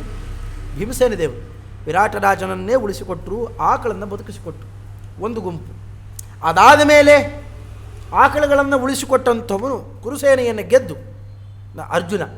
ಹೀಗಾಗಿ ಕ್ರಮವಾಗಿ ವಿರಾಟ ರಾಜನಿಗೆ ಮಹೋಪಕಾರವನ್ನು ನಡೆಸಿದ್ದಾರೆ. ಅದರಿಂದ ತಾವು ಎಲ್ಲಿದ್ದಾರೆ ಅಂಥವರಿಗೆ ಮಹೋಪಕಾರವನ್ನು ಸಲ್ಲಿಸೋದರ ಜೊತೆಯಲ್ಲಿ ಅವರ ಕೃತಜ್ಞತಾದಿಗಳು ಗುಣಗಳನ್ನೆಲ್ಲ ಒಂದೊಂದು ನೋಡ್ತಾ ಹೊರಟಾಗ ಕೃಷ್ಣಭಕ್ತರು ಹೇಗಿದ್ದಾರೆ ಅಂತ ಪರಿಚಯ ಪಡೆಯಬಹುದು. ಅದನ್ನು ತೋರಿಸ್ತಾ ಕಡೆಗೂ ಕೂಡ ಪ್ರತಿ ಅಧ್ಯಾಯದಲ್ಲಿ ಅದೊಂದು ಹೇಳೇ ಮುಗಿಸಬೇಕು ಆಚಾರ್ಯರು. ಕೃಷ್ಣಭಕ್ತರು ಆನಂದವಾಗಿದ್ದಾರೆ, ಅಲ್ಲಿ ಕೃಷ್ಣದೇವರ ಸ್ಮರಣೆ ಬರಲಿಕ್ಕೆ ಬೇಕು ಅಂಥದ್ದನ್ನು ತಂದು ಈ ಅಧ್ಯಾಯ ವಿಶೇಷವನ್ನು, ಇದು 23ನೇ ಅಧ್ಯಾಯ. ಇದು ವಿರಾಟ ಪರ್ವಕ್ಕೆ ನಿರ್ಣಯ ಕೊಟ್ಟಂಥ, ತುಂಬ ದೊಡ್ಡದಲ್ಲ, ಇದು ಚಿಕ್ಕದಿದು. ಸುಂದರಕಾಂಡ ನಿರ್ಣಯ ಇದ್ದಂತೇನೆ ಚಿಕ್ಕದು, ಬರೀ 58 ಪದ್ಯಗಳಿಂದ ಕೂಡಿರುವಂತಹ ಈ ಅಧ್ಯಾಯ ವಿಶೇಷ. ಅದನ್ನು ಆಚಾರ್ಯರು ಉಪಸಮಾಪ್ತಿ ಮಾಡುತ್ತಾ ಮುಂದೆ ಉದ್ಯೋಗ ಪರ್ವದಲ್ಲಿ ಬರುವಂತಹ ಪ್ರಕರಣಗಳಿಗೆಲ್ಲ ನಿರ್ಣಯವನ್ನು ಕೊಡಲಿಕ್ಕೆ 24ನೇ ಅಧ್ಯಾಯವನ್ನು ಬಳಕೆ ಮಾಡಿದ್ದಾರೆ. ಅದು ಹೇಗಿದೆ ಅಂತ ಮುಂದಿನ ಬಾರಿಯಲ್ಲಿ ನೋಡೋಣ. ಇಲ್ಲಿ ತನಕ ಏನು ಈ 7 ದಿವಸ ನಡಿಬೇಕಾಗಿತ್ತು, 6 ದಿವಸ ಆಯಿತು. ಮತ್ತು ಅದನ್ನು ಮಧ್ಯದಲ್ಲಿ ಒಂದು ದಿವಸ ಅವತ್ತು, ಅದಕ್ಕೂ ಕಾರಣ ಶೇಷಚಂದ್ರಿಕಾಚಾರ್ಯರ ಆರಾಧನಾಕ್ಕೆ ಅಂತಲ್ಲೂ ಹೋದವನು ಬರೋದು ಬಹಳ ತಡ ಆಗಿ ಹೋಗಿಬಿಡ್ತು, ಕಡೆಗೆ ಬರಲಿಕ್ಕೆ ಆಗಲಿಲ್ಲ. ಅವತ್ತು ಅವಶ್ಯ ಅವರು ಸ್ಮರಣೆ ಮಾಡಬೇಕಾಗಿತ್ತು. ಮಧ್ಯದಲ್ಲಿ ಅನೇಕ ಜ್ಞಾನಿಗಳು ಬಂದು ಹೋಗಿದ್ದಾರೆ. ಅದರ ಜೊತೆಯಲ್ಲಿ ನಿನ್ನೆ ಬಹಳ ದೊಡ್ಡ ದಿನ. ನಿನ್ನೆ ಓಘದಲ್ಲಿ ಯಾವುದೋ ಸ್ಮರಣೆ ಮಾಡಲಿಕ್ಕಾಗಲಿಲ್ಲ. ನಿನ್ನೆ ನಮ್ಮ ಆಚಾರ್ಯರ ಜನ್ಮದಿನ, ನಮ್ಮ ಆಚಾರ್ಯರು ಬಳಗಾರ ಆಚಾರ್ಯರ ಜನ್ಮದಿನ. ಅವರು ಆಷಾಢ ಶುದ್ಧ ಸಪ್ತಮಿ ದಿವಸದಲ್ಲಿ ಅದರ ಭಾರಿ ದೊಡ್ಡ ಉತ್ಸವ ನಡೆಸ್ತಾ ಇದ್ದಾರೆ. ಈಗಾಗಲೇ ಅಲ್ಲಿ ದೊಡ್ಡ ಉತ್ಸವವನ್ನೇ NR ಕಾಲೋನಿ ಮಠದಲ್ಲಿ ನಡೆಸ್ತಾ ಇದ್ದಾರೆ ಆಚಾರ್ಯರ ಮಕ್ಕಳು ಮುಂತಾದವರೆಲ್ಲ ಹಿರಿಯರು. ಅದನ್ನು ಅಂಥದ್ದು ಅವರು ಒಂದು ರೀತಿಯಲ್ಲಿ ಹೇಳೋದಾದರೆ ಮಹಾಭಾರತಾಚಾರ್ಯರೇ, ಯಮಕ ಭಾರತಾಚಾರ್ಯರು. ಭಾರತ, ಯಮಕ ಭಾರತ, ಅದರ ಮರ್ಮಗಳನ್ನು ನೋಡಬೇಕು. ಅದರಲ್ಲೂ ತಾತ್ಪರ್ಯ ನಿರ್ಣಯದ ಒಂದೊಂದು ಪ್ರಕರಣಗಳನ್ನು ಬಿಡಿಸಿ ಇದಮಿತ್ತಮ್ಮಂತ ತಾರತಮ್ಯಕ್ಕೆ ಚ್ಯುತಿ ಬರದೇ ಇದ್ದಂತೆ ಹರಿವಾಯುಗಳ ಮಹಿಮಾ ವಿಶೇಷವನ್ನು ಅದಕ್ಕೆ ಹೊಂದಾಣಿಕೆ ಆಗುವಂತೆ ಅಲ್ಲಿ ಎಲ್ಲೂ ಕೂಡ ವ್ಯತ್ಯಾಸ ಆಗಿರಬಾರ್ದು. ಆ ಕ್ರಮದಲ್ಲಿ ಅದರಲ್ಲೂ ಭೀಮಸೇನ ದೇವರ ಅದ್ಭುತ ಪ್ರಕರಣ, ಅದರಲ್ಲೂ ಕೇಳಬೇಕು ಈ ಕೀಚಕ ವಧ. ಅದರಂತೇನೆ ದುಶ್ಯಾಸನ ದುರ್ಯೋಧನನ ಆ ವಧಾ ಪ್ರಸಂಗಗಳು ಕೇಳಬೇಕು. ಅದನ್ನು ಆಚಾರ್ಯರ ಬಾಯಲ್ಲಿ ಆ ಕುಂದಾಪುರ ಮಠದಲ್ಲಿ ಹೇಳ್ತಿದ್ದರಂತೆ, ಯಾರು ದುರ್ಬಲ ಹೃದಯದವರಿದ್ದರೆ ಅಥವಾ ಗರ್ಭಿಣಿ ಸ್ತ್ರೀಯರು ಮುಂತಾದವರಿದ್ದರೆ ದಯವಿಟ್ಟು ಹೊರಗೆ ಎದ್ದೋಗ್ಬಿಡ್ರಿ, ಯಾಕೆ ಇವತ್ತು ಭೀಮಸೇನ ದೇವರೇ ಬರೋರಿದ್ದಾರೆ ಇಲ್ಲಿ, ಈಗ ಅನ್ಬೇಕಂತ ನನ್ನ ಕುಂದಾಪುರ ಸ್ವಾಮಿಗಳವರು ಅದನ್ನೆಲ್ಲ ನೋಡ್ತಾ ನೋಡು, ನಾಳೆ ಇದೆಲ್ಲ ಈ ಸೂರೆಲ್ಲ ಕಿತ್ಕೊಂಡು ಬೀಳತ್ತೆ, ವಿಮಾನ ಬರುತ್ತೆ, ನಮ್ಮನ್ನು ಕರ್ಕೊಂಡು ಹೊರಟೋಗ್ತಾರೆ, ನಮ್ಮ ಆಚಾರ ಅಷ್ಟು ವ್ಯವಸ್ಥೆ ಮಾಡಿಸಿದ್ದಾರೆ, ಈಗ ಅನ್ಬೇಕಂತ. ಅಂಥ ಕ್ರಮದಲ್ಲಿ ಆ ಉಪನ್ಯಾಸ ವಿಶೇಷ ಹಾಗೆ ನಡೆಸಿ 9 ವರ್ಷ ಆ ಪ್ರವಚನ ವಿಶೇಷ ನಡೆಸಿ 9 ದಿವಸ ಮಂಗಳ ಮಹೋತ್ಸವ ಮಹಾಭಾರತವನ್ನು ಆ ಕ್ರಮದಲ್ಲಿ ನಡೆಸಿದ ಮಹಾನುಭಾವರು. ಅದಕ್ಕೆ ಆ ಭಾರತದ ಸಿದ್ಧಿ ಅದೆಲ್ಲ ಎಲ್ಲಿ ತೊಗೊಂಡು ಬಂದುಬಿಟ್ರು ಕಡೆಗೆ ಆಚಾರ್ಯರು ಅಚ್ಚುಮೆಚ್ಚಾಗಿ ತಾವು ನಿರ್ಮಾಣ ಮಾಡಿದಂತಹ ಆ ಯಮಕ ಭಾರತದಲ್ಲಿ ಸಂಗ್ರಹ ಮಾಡಿ ಸಮಸ್ತ ಮರ್ಮವನ್ನು ಅಲ್ಲಿ ತಂದು ಯೋಜನೆ ಮಾಡಿಬಿಡೋರು.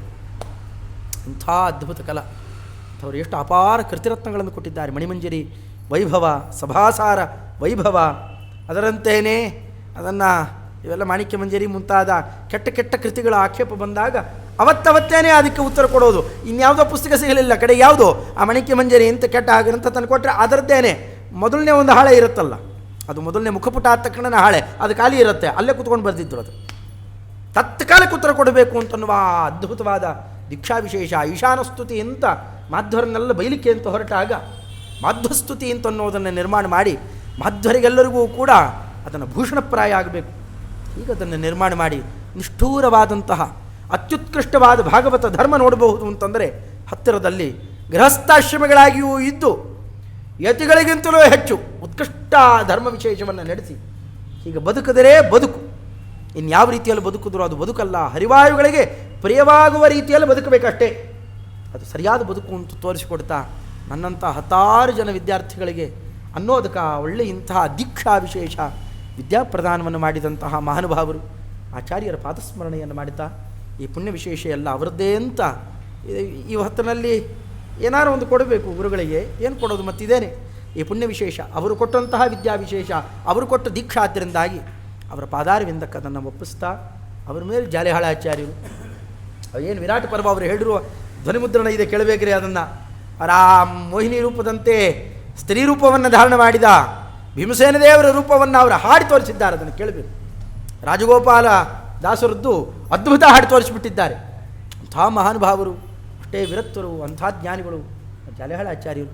ಅದರಂತೆ ಅವರ ಮೇಲಿರ್ತಕ್ಕಂತಹ ಎಲ್ಲ ಜ್ಞಾನಿಗಳು ಸತ್ಯಧ್ಯಾನ ಸ್ವಾಮಿಗಳವರಾಗಲಿ, ಅದರ ಮೇಲೆ ಬರತಕ್ಕಂತಹ ಅನೇಕ ಜ್ಞಾನಿವೃಂದದವರು, ಅದರಲ್ಲಿ ಮಧ್ಯದಲ್ಲಿ ಬಂದಂತಹ ಮೊನ್ನೆ ಎಲ್ಲ ಯಾರು ವರದೇಂದ್ರ ಸ್ವಾಮಿಗಳವರು, ವಾದೇ ವಿಜಯಶೀಲಾಯ ವರದಾಯ ವರಾರ್ಥಿನಾಂ ವದಾನ್ಯ ಜನ ಸಿಂಹಾಯ ವರದೇಂದ್ರಾಯ ತೇ ನಮಃ ಅಂತ ವರದೇಂದ್ರ ಸ್ವಾಮಿಗಳವರನ್ನು ಅವರು ಪುಣ್ಯಪತ್ತನದಲ್ಲಿ ನೆಲೆಸಿದ್ದಾರೆ. ಆ ಪ್ರಾಂತದಲ್ಲಿ ಯಾರೂ ಇಲ್ಲ, ಅಲ್ಲ ಅವರೊಬ್ಬರೇ. ಯಾಕೆಂದರೆ ಹೋಗಲಿಕ್ಕೆಲ್ಲ ಹೆದರು ಬಿಡ್ತಿದ್ರು, ಅಷ್ಟು ದುರ್ವಾದಿಗಳ ಹಾವಳೆ. ಆಮೇಲೆ ಈ ಮಹಾರಾಷ್ಟ್ರ ಪ್ರಾಂತದಲ್ಲಿ ಪೇಶ್ವೆ ಅವರು ಇವರು ಅವ್ರನ್ನೆಲ್ಲ ಒಳಗೆ ಹಾಕ್ಕೊಂಡು ದೊಡ್ಡ ದೊಡ್ಡ ದುರ್ವಾದಿಗಳೆಲ್ಲ ಅಲ್ಲಿ ಯಾರು ಹತ್ತಿರ ಬರಲಿಕ್ಕೆ ಬಿಡಬಾರ್ದು, ಹಾಕಿ ಕೂತಾಗ ಸಿಂಹದಂತೆ ಹೋಗಿ ಕೂತು ಬಿಡ್ತಾರೆ. ಅದು ಎಂದೋ ಹೋಗಿದ್ದ ಅಷ್ಟೇ ಅಲ್ಲ, ಇವತ್ತಿಗೂ ಕೂಡ ಎಷ್ಟೋ ಜನ ನಮ್ಮ ಮಾಧ್ಯವರು ಹುಡುಗರುಗಳು ವಿದ್ಯಾರ್ಥಿಗಳು ಅಲ್ಲೂ ಹೋಗಿ ಅವರ ಆಶ್ರಯಣದಲ್ಲಿ ಇದ್ದುಕೊಂಡು ಅನೇಕ ಜನ, ಒಬ್ಬರು ಇಬ್ಬರು ಅಲ್ಲ 15ಕ್ಕೂ ಹೆಚ್ಚು ಜನ ಅವರ ಆಶ್ರಯದಲ್ಲಿದ್ದುಕೊಂಡು ಮೀಮಾಂಸಾ ನ್ಯಾಯ ಮುಂತಾದ ಶಾಸ್ತ್ರಗಳನ್ನು ಅಭ್ಯಾಸ ಮಾಡ್ತಾ ಇದ್ದಾರೆ ಅವರ ಅನುಗ್ರಹದಿಂದಾಗಿ. ಎಷ್ಟೋ ಜನ ಅಲ್ಲಾಗಲೇ ಅಧ್ಯಯನ ಮುಗಿಸಿದ್ದಾಗಿದೆ. ಅವರ ಅನುಗ್ರಹ ವಿಶೇಷ ಅಷ್ಟು ದೊಡ್ಡದು. ಸಾಧಾರಣ ರಾಯರು ವೃಂದಾವನ ಎಲ್ಲ ಪಕ್ಕಕ್ಕೋ ಹಿಂದೆನೋ ಮುಂದೆನೋ ಪ್ರತಿಷ್ಠೆ ಮಾಡಿದ್ದಿದೆ. ಇದು ಬಹಳ ವಿಚಿತ್ರ ಅಂತಂದರೆ ಅವರ ವೃಂದಾವನ ತಲೆ ಮೇಲೇ ರಾಯರ ವೃಂದಾವನ ಪ್ರತಿಷ್ಠೆ ಅಲ್ಲ, ಹಾಗಾಗಿತ್ತಂತೆ. ಹಿಂದೆ ರಾಯರ ವೃಂದಾವನ ಪ್ರತಿಷ್ಠೆ ಆಗೋ ತನಕ ಒಬ್ಬ ಅಲ್ಲಿ ಹೋಗೋಣೋ ಇಲ್ಲ ಬರೋಣಿಲ್ಲ.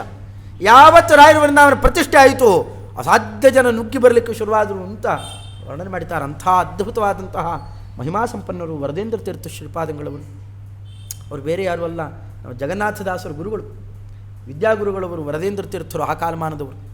ಅದರಂತೆಯೇ ಅದೇ ಕಾಲಮಾನದಲ್ಲೇ ಬರ್ತಕ್ಕಂಥವ್ರು ನಮ್ಮ ಶೇಷಚಂದ್ರಿಕಾಚಾರ್ಯರು, ತಿರುಮಕೂಡ್ಲು ಸ್ವಾಮಿಗಳವರು. ಇದ್ದಾಗ ಸಾಕ್ಷಾತ್ ವ್ಯಾಸರಾಜರಂತೆ ಮೆರೆದವರು. ಯಾಕೆ ವ್ಯಾಸರಾಜರೇ ಆ ಮಾತಾಡಿಬಿಟ್ಟಿದ್ರು ಅವ್ರನ್ನ, ದಶಮೋ ಮತ್ಸಮೋ ಯೋಗಿ ಚಂದ್ರಿಕಾಂ ಪುರೈಷ್ಯತಿ. ಸ್ವಾಮಿ ಅರ್ಧ ಬರೆದು ಕೊಟ್ಟಿದ್ದೀರಿ 2 ಅಧ್ಯಾಯಕ್ಕೆ ಮಾತ್ರ, 2 ಅಧ್ಯಾಯ ಮುಂದೆ ಬರ್ತಾರೆ. ಅದಕ್ಕೋಸ್ಕರನೇ ಭಗವಂತ ಆದೇಶ ಕೊಟ್ಟಿದ್ದಾನೆ, ನಮ್ಮಂತ ಇರ್ತಾರೆ ಅವರು ಅದನ್ನು ಪೂರೈಸ್ತಾರೆ. ಹೀಗೆ ಅವರಿಗೆ ಆ ಪರಮಾನುಗ್ರಹ ಮಾಡಿದ್ದು. ಅದರಂತೆ ಯಲಹಂಕ ಮುಂತಾದಂಥ ಶೆಟ್ಟಿಹಳ್ಳಿ, ಯಲಹಂಕ ಇತ್ಯಾದಿ ದೊಡ್ಡ ದೊಡ್ಡ ಗ್ರಾಮಗಳನ್ನೆಲ್ಲ ಅವರಿಗೆ ದತ್ತಿ ಕೊಟ್ಟಿದ್ದರದ್ದು ಆ ಪಟ್ಟಿ ನೋಡಬೇಕು. ಸರ್ವಂ ಸಹೇಶಾನಾಂ ಸಭಾಸು ಜಿತವಾದಿರಾಟ್ ಸರ್ವದೋ ಭೂಯಾತ್ ರಘುನಾಥ ಮುನೀಶ್ವರ. ಸರ್ವಂ ಸಹೇಶಾನಾಂ ಅವರ ಚರ್ಮಶ್ಲೋಕ ಎದ್ದಾದ್ದು ಮಾಡಿಕೊಂಡ್ಬಿಟ್ಟಿದ್ದಾರೆ, ಅದು ಹೇಳಲಿಕ್ಕೆ ಕಟ್ಟ. ಅಂತಹ ಚರ್ಮಶ್ಲೋಕ ಮಾಡಿಕೊಟ್ಟಿದ್ದಾರೆ ನಮ್ಮ ಭಾಜ್ಯದೀಪಿಕಾಚಾರ್ಯರು, ಅವರ ಶಿಷ್ಯರು. ಸರ್ವಂ ಸಹೇಶಾನಾಂ, ಸರ್ವಂ ಸಹ ಅಂತಂದರೆ ಭೂಮಿ, ಅವಳಿಗೆ ಈಶಾನರು ಅಂತಂದರೆ ಅಧಿಪತಿಗಳು ಅಂದರೆ ರಾಜರು. ಒಬ್ಬ ರಾಜನ ಇಟ್ಕೊಂಡ್ಬಿಡೋದು, ಒಲಿಸ್ಕೊಂಡ್ಬಿಡೋದು, ಅವನ ಸಭೆಯಲ್ಲೇ ಮತ್ತೆ ಮತ್ತೆ ಕರೆಸಿ ಗೌರವ ಮಾಡಿಸ್ಕೊಳ್ಳೋದು. ರಾಜ ಎಷ್ಟು ಗೌರವ ಕೊಡ್ತಾ ಇದ್ದಾನೆ, ಹೀಗೆ ಮೆರೆದವರಲ್ಲ ಅಂದರು. ಅವತ್ತಿನ ಕಾಲದಲ್ಲಿ ಯಾರ್ಯಾರು ರಾಜರುಗಳಿದ್ದರೋ ಪ್ರತಿಯೊಬ್ಬರೂ ಕೂಡ ಬಂಗಾರದ ಪಲ್ಲಕ್ಕಿಯಲ್ಲಿ ಇವರನ್ನು ಕರೆಸಬೇಕು, ವಾಕ್ಯಾರ್ಥ ಸಭಾ ವಿನೋದವನ್ನು ನಡೆಸಬೇಕು. ಅದರಲ್ಲಿ ಎಲ್ಲ ದುರ್ವಾದಿಗಳನ್ನು ಗೆದ್ದಾಗ ಇವರಿಗೆ ಬೇಕಾದ್ದನ್ನು ಬಳುವಳಿಯನ್ನು ಕೊಡಬೇಕು. ಹೀಗೆ ಸರ್ವಂ ಸಹೇಶಾನಾಂ ಸಭಾಸು ಜಿತವಾದಿರಾಟ್ ಅಂಥವರು ಇವತ್ತು ಎಲ್ಲಿ ಕೂತುಬಿಟ್ಟಿದ್ದಾರೆ. ಅದನ್ನು ಸರಿಯಾಗಿ ಈಗಂತೂ ತುಂಬ ಹೋಗಿಬಿಟ್ಟಿದೆ. ಆ ಕಡೆಯಿಂದ ಕಪಿಲೆ, ಈ ಕಡೆಯಿಂದ ಕಾವೇರಿ, ಅದು ಎರಡೂ ಬಂದು ಎಲ್ಲಿ ಸೇರುತ್ತೆ, ಎರಡು ವರ್ಣ ವ್ಯತ್ಯಾಸ ಚೆನ್ನಾಗಿ ನೋಡಬಹುದು. ಅದು ಎಲ್ಲಿಗೆ? ಇವರ ಮಠದ ಮುಂದಿನ ಸರಿಯಾದ ಸೋಪಾನಕ್ಕೆ, ಮೆಟ್ಟಿಲಿಗೆ. ಒಂದು ಕಡೆಯಲ್ಲಿ ಗುಂಜಾ ನರಸಿಂಹ, ಪಕ್ಕಕ್ಕೆ ಬ್ರಹ್ಮಾಶ್ವತ್ಥ, ಅದರ ಪಕ್ಕದಲ್ಲಿ ರುದ್ರದೇವರು, ಅಗಸ್ತೇಶ್ವರ. ಅಲ್ಲಿ 3 ಜನ ಆಗಬಹುದು, ಹರಿ ವಾಯು ಗುರುಗಳು 3 ಜನ ಇದ್ದಾರೆ. ಅಲ್ಲಿ ಮಧ್ಯದಲ್ಲೂ ಕೂತಿದ್ದಾರೆ ಮಹಾನುಭಾವರು. ಆಗ ಹೈದರಾಲಿ ಕಾಲ, ಅಲ್ಲಿ ಯಾರೋ ಹೋಗಿ ಸುದ್ದಿ ಹೇಳಿದರು, ಬ್ರಹ್ಮಾಶ್ವತ್ಥದ ಪಕ್ಕದಲ್ಲಿ ಸಮಾಧಿ ಮಾಡ್ಕೊಂಡ್ಬಿಟ್ಟಿದ್ದಾರೆ, ಕಿತ್ತಾಕಬೇಕು ಅದನ್ನೆಲ್ಲ. ಕೊಟ್ಬಿಟ್ಟ ಅದನ್ನು. ಅಲ್ಲೇ ಇದ್ದವರು, ಬನ್ನೂರಿನಲ್ಲಿದ್ದವರೇ ಅಮಲದಾರರು, ಅವ್ರಿಗೆ ಹೇಳಿಬಿಟ್ಟ ಅದನ್ನೆಲ್ಲ ನೋಡಿ ಅದನ್ನೆಲ್ಲ ಕಿತ್ತಾಕಿರಿ. ಆಗ ಶುಕ್ರವಾರ ರಜೆ ಇತ್ತಂತೆ, ಸಾಬರ ಕಾಲ, ಶುಕ್ರವಾರ ರಜೆ ಬಂತಲ್ಲ ಅಂತ ರಜೆ ತೊಗೊಂಡು ಸುಮ್ಮನೆ ಕೂತ್ಬಿಟ್ರು. ಇವ್ರನ್ನ ಪ್ರಾರ್ಥನೆ ಮಾಡಿಕೊಂಡು, ಅವರು ಬ್ರಾಹ್ಮಣರಿದ್ದರು. ಅವರು ಮಾರನೇ ದಿವಸ ಸ್ವಪ್ನದಲ್ಲಿ ಟಿಪ್ಪು ಸುಲ್ತಾನ 5 ವರ್ಷದ ಹುಡುಗ ಆ ಕಾಲಕ್ಕೆ, ಅವನಿಗೆ ಈ ಭಾರೀ ಕಾವೇರಿ ಪ್ರವಾಹದಲ್ಲಿ ಕೊಚ್ಕೊಂಡು ಹೋಗ್ತಾ ಇರಬೇಕು. ಒಬ್ಬ ಸ್ವಾಮಿಗಳು ಬಂದು ಅದನ್ನು ರಕ್ಷಣೆ ಮಾಡಿದ್ದು. ಆಗ ಪೂರ್ಣಯ್ಯನವರು ಇನ್ನೂ ಹುಡುಗರು, ಅವ್ರನ್ನ ಕರೆಸಿ ಆ ಕಾಲಕ್ಕೆ ಕೇಳ್ಕೊತಾನೆ, ಯಾರಿವರು, ಹೀಗೆಲ್ಲ ಲಕ್ಷಣ ಇತ್ತು, ಇವರು ಯಾರು ಅಂತೆಲ್ಲ ಬೇಕಾಷ್ಟೆಲ್ಲ ಕೇಳಿಕೊಂಡಾಗ, ಆ ಇಂಥವರೇ ಎಷ್ಟು ಮೆರೆದಿದ್ದವರು, ಸಮಸ್ತ ರಾಜರು ಅವರಿಗೆ ಬೇಕಾದ ಗೌರವ ಮಾಡ್ತಿದ್ದರು, ನೀ ಇಂಥ ಕೆಲಸ ಮಾಡಿಬಿಟ್ಟಿದ್ದೀಯಾ ಅದನ್ನು ವೃಂದಾವನ ಕಿತ್ತಲಿಕ್ಕೆ. ಅಯ್ಯಯ್ಯೋ ಬೇಡ ಅಂದ. ಮೊದಲು ಕಿತ್ತಿದ್ದಾರೆ ನೋಡ್ರಿ, ಇಲ್ಲ ರಜೆ ಇತ್ತು, ಅದು ಕಿತ್ತಿರಲಿಲ್ಲ. ಹಾಗಾದ್ರೆ ಮೊದಲು ತೊಗೊಂಡು ಹೋಗಿರಿ, ಯಾವುದಾನ ದೇವಸ್ಥಾನ ಒಡೀರಿ, ಚಿಂತೆ ಇಲ್ಲ, ಅದರ ಮಂಟಪ ತೊಗೊಂಡು ಹೋಗಿ ಕಟ್ಟಿಬಿಡ್ರಿ ಅಂದು. ಯಾವ ದೇವಸ್ಥಾನ ಒಡೆಯೋದೇ ಅವರ ಸಹಜ ಸ್ವಭಾವ. ಯಾವುದೋ ಒಂದು ದೇವಸ್ಥಾನ ಒಡೆದಿದ್ದು ಕಲ್ಲು ಮಂಟಪದ ಕಲ್ಲುಗಳೆಲ್ಲ ಇತ್ತಂತೆ, ಅದು ತೊಗೊಂಡು ಹೋಗೊಂದು ಮಂಟಪ ಕಟ್ಟಿದ್ದಾರೆ. ಇವತ್ತು ನೋಡಬಹುದು ಅವರ ವೃಂದಾವನದ ಮುಂದಿರುವಂತಹ ಚಿತ್ರಗಳಿದ್ದಾವೆ ಆ ಕಲ್ಲಿನ ಮಂಟಪದಲ್ಲಿ, ಒಂದಕ್ಕೊಂದಕ್ಕೆ ಸಂಬಂಧನೇ ಇಲ್ಲ. ಅದು ಯಾವುದೋ ದೇವಸ್ಥಾನದಲ್ಲಿದ್ದಂತಹ ಕಲ್ಲನ್ನು ತೊಗೊಂಡೋಗಿ ಅಲ್ಲಿ ಕಟ್ಟಿದ್ದಾರೆ. ತಾನೇ ನಿಂತು ಪ್ರತಿಯೊಂದಕ್ಕೆ ವ್ಯವಸ್ಥೆ ಮಾಡಿಸಿಕೊಡ್ತಾನೆ. ಅಲ್ಲಿಗೆ ದತ್ತಿ ಕೊಡಬೇಕು, ಮತ್ತು ಯಾರು ಅರ್ಚಕರು ಇರಬೇಕು, ನಿತ್ಯ ದೀಪದಾನಕ್ಕೆ ಏನೇನು ಬೇಕೋ ಎಲ್ಲ ವ್ಯವಸ್ಥೆಯನ್ನು ಹೈದರಾಲಿ ತನ್ನ ಕಾಲಕ್ಕೆ ಮಾಡಿಸಿಕೊಡ್ತಾನೆ. ಇಂಥ ಮಹಾನುಭಾವರು. ಇನ್ನು ಅವರ ಕೃತಿರತ್ನಗಳಂತೂ ಯಾರು ಎಲ್ಲಿ ಮುಟ್ಟಿಲ್ಲ ಅಲ್ಲಿ ತಮ್ಮ ಕೆಲಸ ಮಾಡಿದ್ದಾರೆ. ಅವರ ಹೆಸರೇ ತೋರಿಸಿಕೊಡ್ತು. ಶೇಷಚಂದ್ರಿಕಾಚಾರ್ಯರು 3 ಮತ್ತು 4 ಅಧ್ಯಾಯಗಳಿಗೆ ಚಂದ್ರಿಕೆಯನ್ನು ಅದೇ ಗತ್ತಿನಲ್ಲಿ ಪೂರೈಸಿಕೊಡ್ತಾರೆ. ವ್ಯಾಸರಾಜರ ಸೇವೆಯನ್ನು, ಟೀಕಾಕೃತ್ಪಾದರ ಆಚಾರ್ಯರ ಸೇವೆಯನ್ನು ಮಾಡಿದ್ದಲ್ಲದೆ, ತತ್ವಕಣಿಕ ಅಂತ ತಂತ್ರಸಾರ ಸಂಗ್ರಹಕ್ಕೆ ಅದ್ಭುತವಾದ ಸಾಂಪ್ರದಾಯಿಕ ವ್ಯಾಖ್ಯಾನವನ್ನು ಮಾಡಿಕೊಡ್ತಾರೆ. ತಂತ್ರಸಾರದಲ್ಲಿ ಬಂದಂತಹ, ಪಂಚರಾತ್ರಾಗಮದಲ್ಲಿ ಬಂದಂತಹ ಮಂತ್ರಗಳನ್ನು ಹೇಗೆ ಉಲ್ಲೇಖ ಮಾಡಬೇಕು, ಹೇಗೆ ಅದನ್ನು ಎತ್ತಿ ತಗೊಳ್ಬೇಕು, ಅವರೊಬ್ಬರೇ ತೋರಿಸಿಕೊಟ್ಟು, ಅವರು ಬೇರೆಯವರು ಮಾಡಲಿಲ್ಲ ಆ ಕೆಲಸವನ್ನು. ಅದರಂತೆ ಆಚಾರ್ಯರಿಗೆ ಬರುಪ್ರೀತಿಕರವಾದಂತಹ ವಿಷ್ಣು ಶಬ್ದಾರ್ಥ, ವಿಷ್ಣು ಅನ್ನುವ ಶಬ್ದವನ್ನು ಬಿಡಿಸಿದರೆ ಬೃಹತಿ ಸಹಸ್ರ, ಅದೇನೇ ವಿಷ್ಣು ಸಹಸ್ರನಾಮದಲ್ಲಿ ಅಡಕವಾಗಿದೆ. ಬೃಹತಿ ಸಹಸ್ರದ ಪ್ರತಿ ಮಂತ್ರಕ್ಕೆ ವ್ಯಾಖ್ಯಾನವನ್ನು ಮಾಡಿ, ಆ ವ್ಯಾಖ್ಯಾನ ಮುಗಿಯುವಾಗ ಒಂದೊಂದು ಸಹಸ್ರನಾಮದ ಶಬ್ದದ ಅರ್ಥವನ್ನು ಯೋಜನೆ ಮಾಡಿ, ಇದೆಲ್ಲವೂ ಅದರ ಅರ್ಥದಲ್ಲಿದೆ. ಈ ಸಾಧಾರಣ ಇನ್ಯಾರೂ ಈ ಕೆಲಸ ಮಾಡಲಿಲ್ಲ, ಇದು ಅವರೊಬ್ಬರಿಗೆ ಮೀಸಲು. ಈ ಕೆಲಸವನ್ನು ತಾವು ಮಾಡಿದ್ದಲ್ಲದೇನೆ ಇತ್ತೀಚೆಗೊಂದು ಅವ್ರದ್ದು ಅಂತ ಬೆಳಕಿಗೆ ಬರ್ತಾ ಇರುವಂತಹ ಒಂದು ಪದಾರ್ಥ ವಿವೇಕ ಅಂತ, ಏನು ಅದ್ಭುತವಾದ ಕೃತಿಯನ್ನು ಆಚಾರ್ಯರ ಸಿದ್ಧಾಂತದ ಕ್ರಮದಲ್ಲಿ ಸಮಸ್ತ ಪದಾರ್ಥಗಳನ್ನು ಸಂಗ್ರಹ ಮಾಡಿದರೆ ಹೇಗಾಗುತ್ತೆ. ಅಪೂರ್ಣ ಸಿಕ್ಕಿದೆ, ಪೂರ್ಣ ಇನ್ನೂ ಸಿಕ್ಕಿಲ್ಲ, ಶೋಧನೆ ನಡೀಬೇಕಾಗಿದೆ. ಇದರಂತೆ ಸನತ್ಸು ಜಾತೀಯಕ್ಕೆ ಇವರದೊಂದು ವ್ಯಾಖ್ಯಾನ ಇದೆ. ಅದ್ಭುತವಾದ ಗಂಗಾಸ್ತೋತ್ರವನ್ನು ಮಾಡಿಕೊಟ್ಟಿದ್ದಾರೆ. ಇಂಥ ಅದ್ಭುತವಾದ ಕೃತಿರತ್ನಗಳನ್ನು ಕೊಟ್ಟಂತಹ ಯಶ್ಚಂದ್ರಿಕಾಚಾರ್ಯರ ಗುರುವಂತರ್ಗತ, ಅದರ ಮೇಲಿರ್ತಕ್ಕಂತಹ ನಮ್ಮ ಮಂತ್ರಾಲಯ ಪ್ರಭುಗಳು, ಅದರ ಮೇಲಿರುವಂತಹ ವಿಜೇಂದ್ರ ಸ್ವಾಮಿಗಳವರು, ರಘುತ್ತಮರು, ವಾದಿರಾಜರು, ವ್ಯಾಸರಾಜ ಶ್ರೀಮಚ್ಚರಣರು, ಟೀಕಾಕೃತ್ಪಾದರು, ಇವರೆಲ್ಲರಿಂದ ಲಾಲಿತಪಾದ ಪಲ್ಲವರಾದಂತಹ, ತಾತ್ಪರ್ಯ ನಿರ್ಣಯಕಾರರಾದಂತಹ, ಅಲ್ಲೇ ನಿಂತು ಕೀಚಕಾದಿಗಳನ್ನು ಸಂಹಾರ ಮಾಡಿದ ಆನಂದ ತೀರ್ಥ ಭಗವತ್ಪಾದಾಚಾರ್ಯರೇನಿದ್ದಾರೆ ಅವರ ಹೃತ್ಕಮಲ ಮಧ್ಯ ನಿವಾಸಿ ರುಕ್ಮಿಣಿ ಸತ್ಯಭಾಮ ಸಮೇತ ವೇಣುಗೋಪಾಲಕೃಷ್ಣ ಇಲ್ಲಿ ಏನು ನಿಂತು ಉಪಪ್ಲಾವ್ಯ ನಗರದಲ್ಲಿ ಪಾಂಡವರನ್ನು ಸಂರಕ್ಷಣೆ ಮಾಡ್ತಾ ಇದ್ದಾನೆ. ಇದನ್ನೆಲ್ಲ ಪ್ರತಿಪಾದನೆ ಮಾಡಿಕೊಟ್ಟ ತದಭಿನ್ನನಾದಂತಹ ಬಾದರಾಯಣ ರೂಪಿ ಪರಮಾತ್ಮ, ಇಂತಹ ಪರಮಾತ್ಮ ಆತ ಸುಪ್ರಸನ್ನನಾಗಲಿ ಅಂತನ್ನೋ ದೃಷ್ಟಿಯಲ್ಲಿ ಈ 2 ವಾಕ್ಕುಸುಮಗಳನ್ನು ಆತನಿಗೆ ಒಪ್ಪಿಸಿಕೊಡ್ತಾ ಅವನಲ್ಲಿ ಕೇಳಿಕೊಳ್ಳೋದೇನು ಮತ್ತೆ ಇಂತಹ ಅತಿಶಯವಾದ ತತ್ವಜ್ಞಾನವನ್ನು ಮತ್ತೆ ಮತ್ತೆ ಕೊಡು. ಇಲ್ಲಿ ತನಕ 23 ಆಗಿದೆ, ಇನ್ನು ಉಳ್ಕೊಂಡಿದ್ದು ಇನ್ನೊಂದು 9 ಅಧ್ಯಾಯ. ಅದನ್ನು ಮತ್ತೆ ಹೇಳುವಂತೆ ಕೇಳುವಂತೆ ಆಗಲಿ, ನಿರ್ವಿಘ್ನವಾಗಿ ಅದನ್ನು ನಡಿಲಿ ಅಂತ ನಮಗೂ ನಿಮಗೂ ಭಗವಂತ ಅದನ್ನು ಶುಭವನ್ನು ಕೋರಲಿ ಅಂತ ಈ ಕ್ರಮದಲ್ಲಿ ಪ್ರಾರ್ಥನಾವನ್ನು ಸಲ್ಲಿಸಿ ಉಪಸಂಹಾರ ಮಾಡ್ತಾ ಇದ್ದೆ. ಶ್ರೀಕೃಷ್ಣಾರ್ಪಣಮಸ್ತು. ಹರೇ ನಮಃ.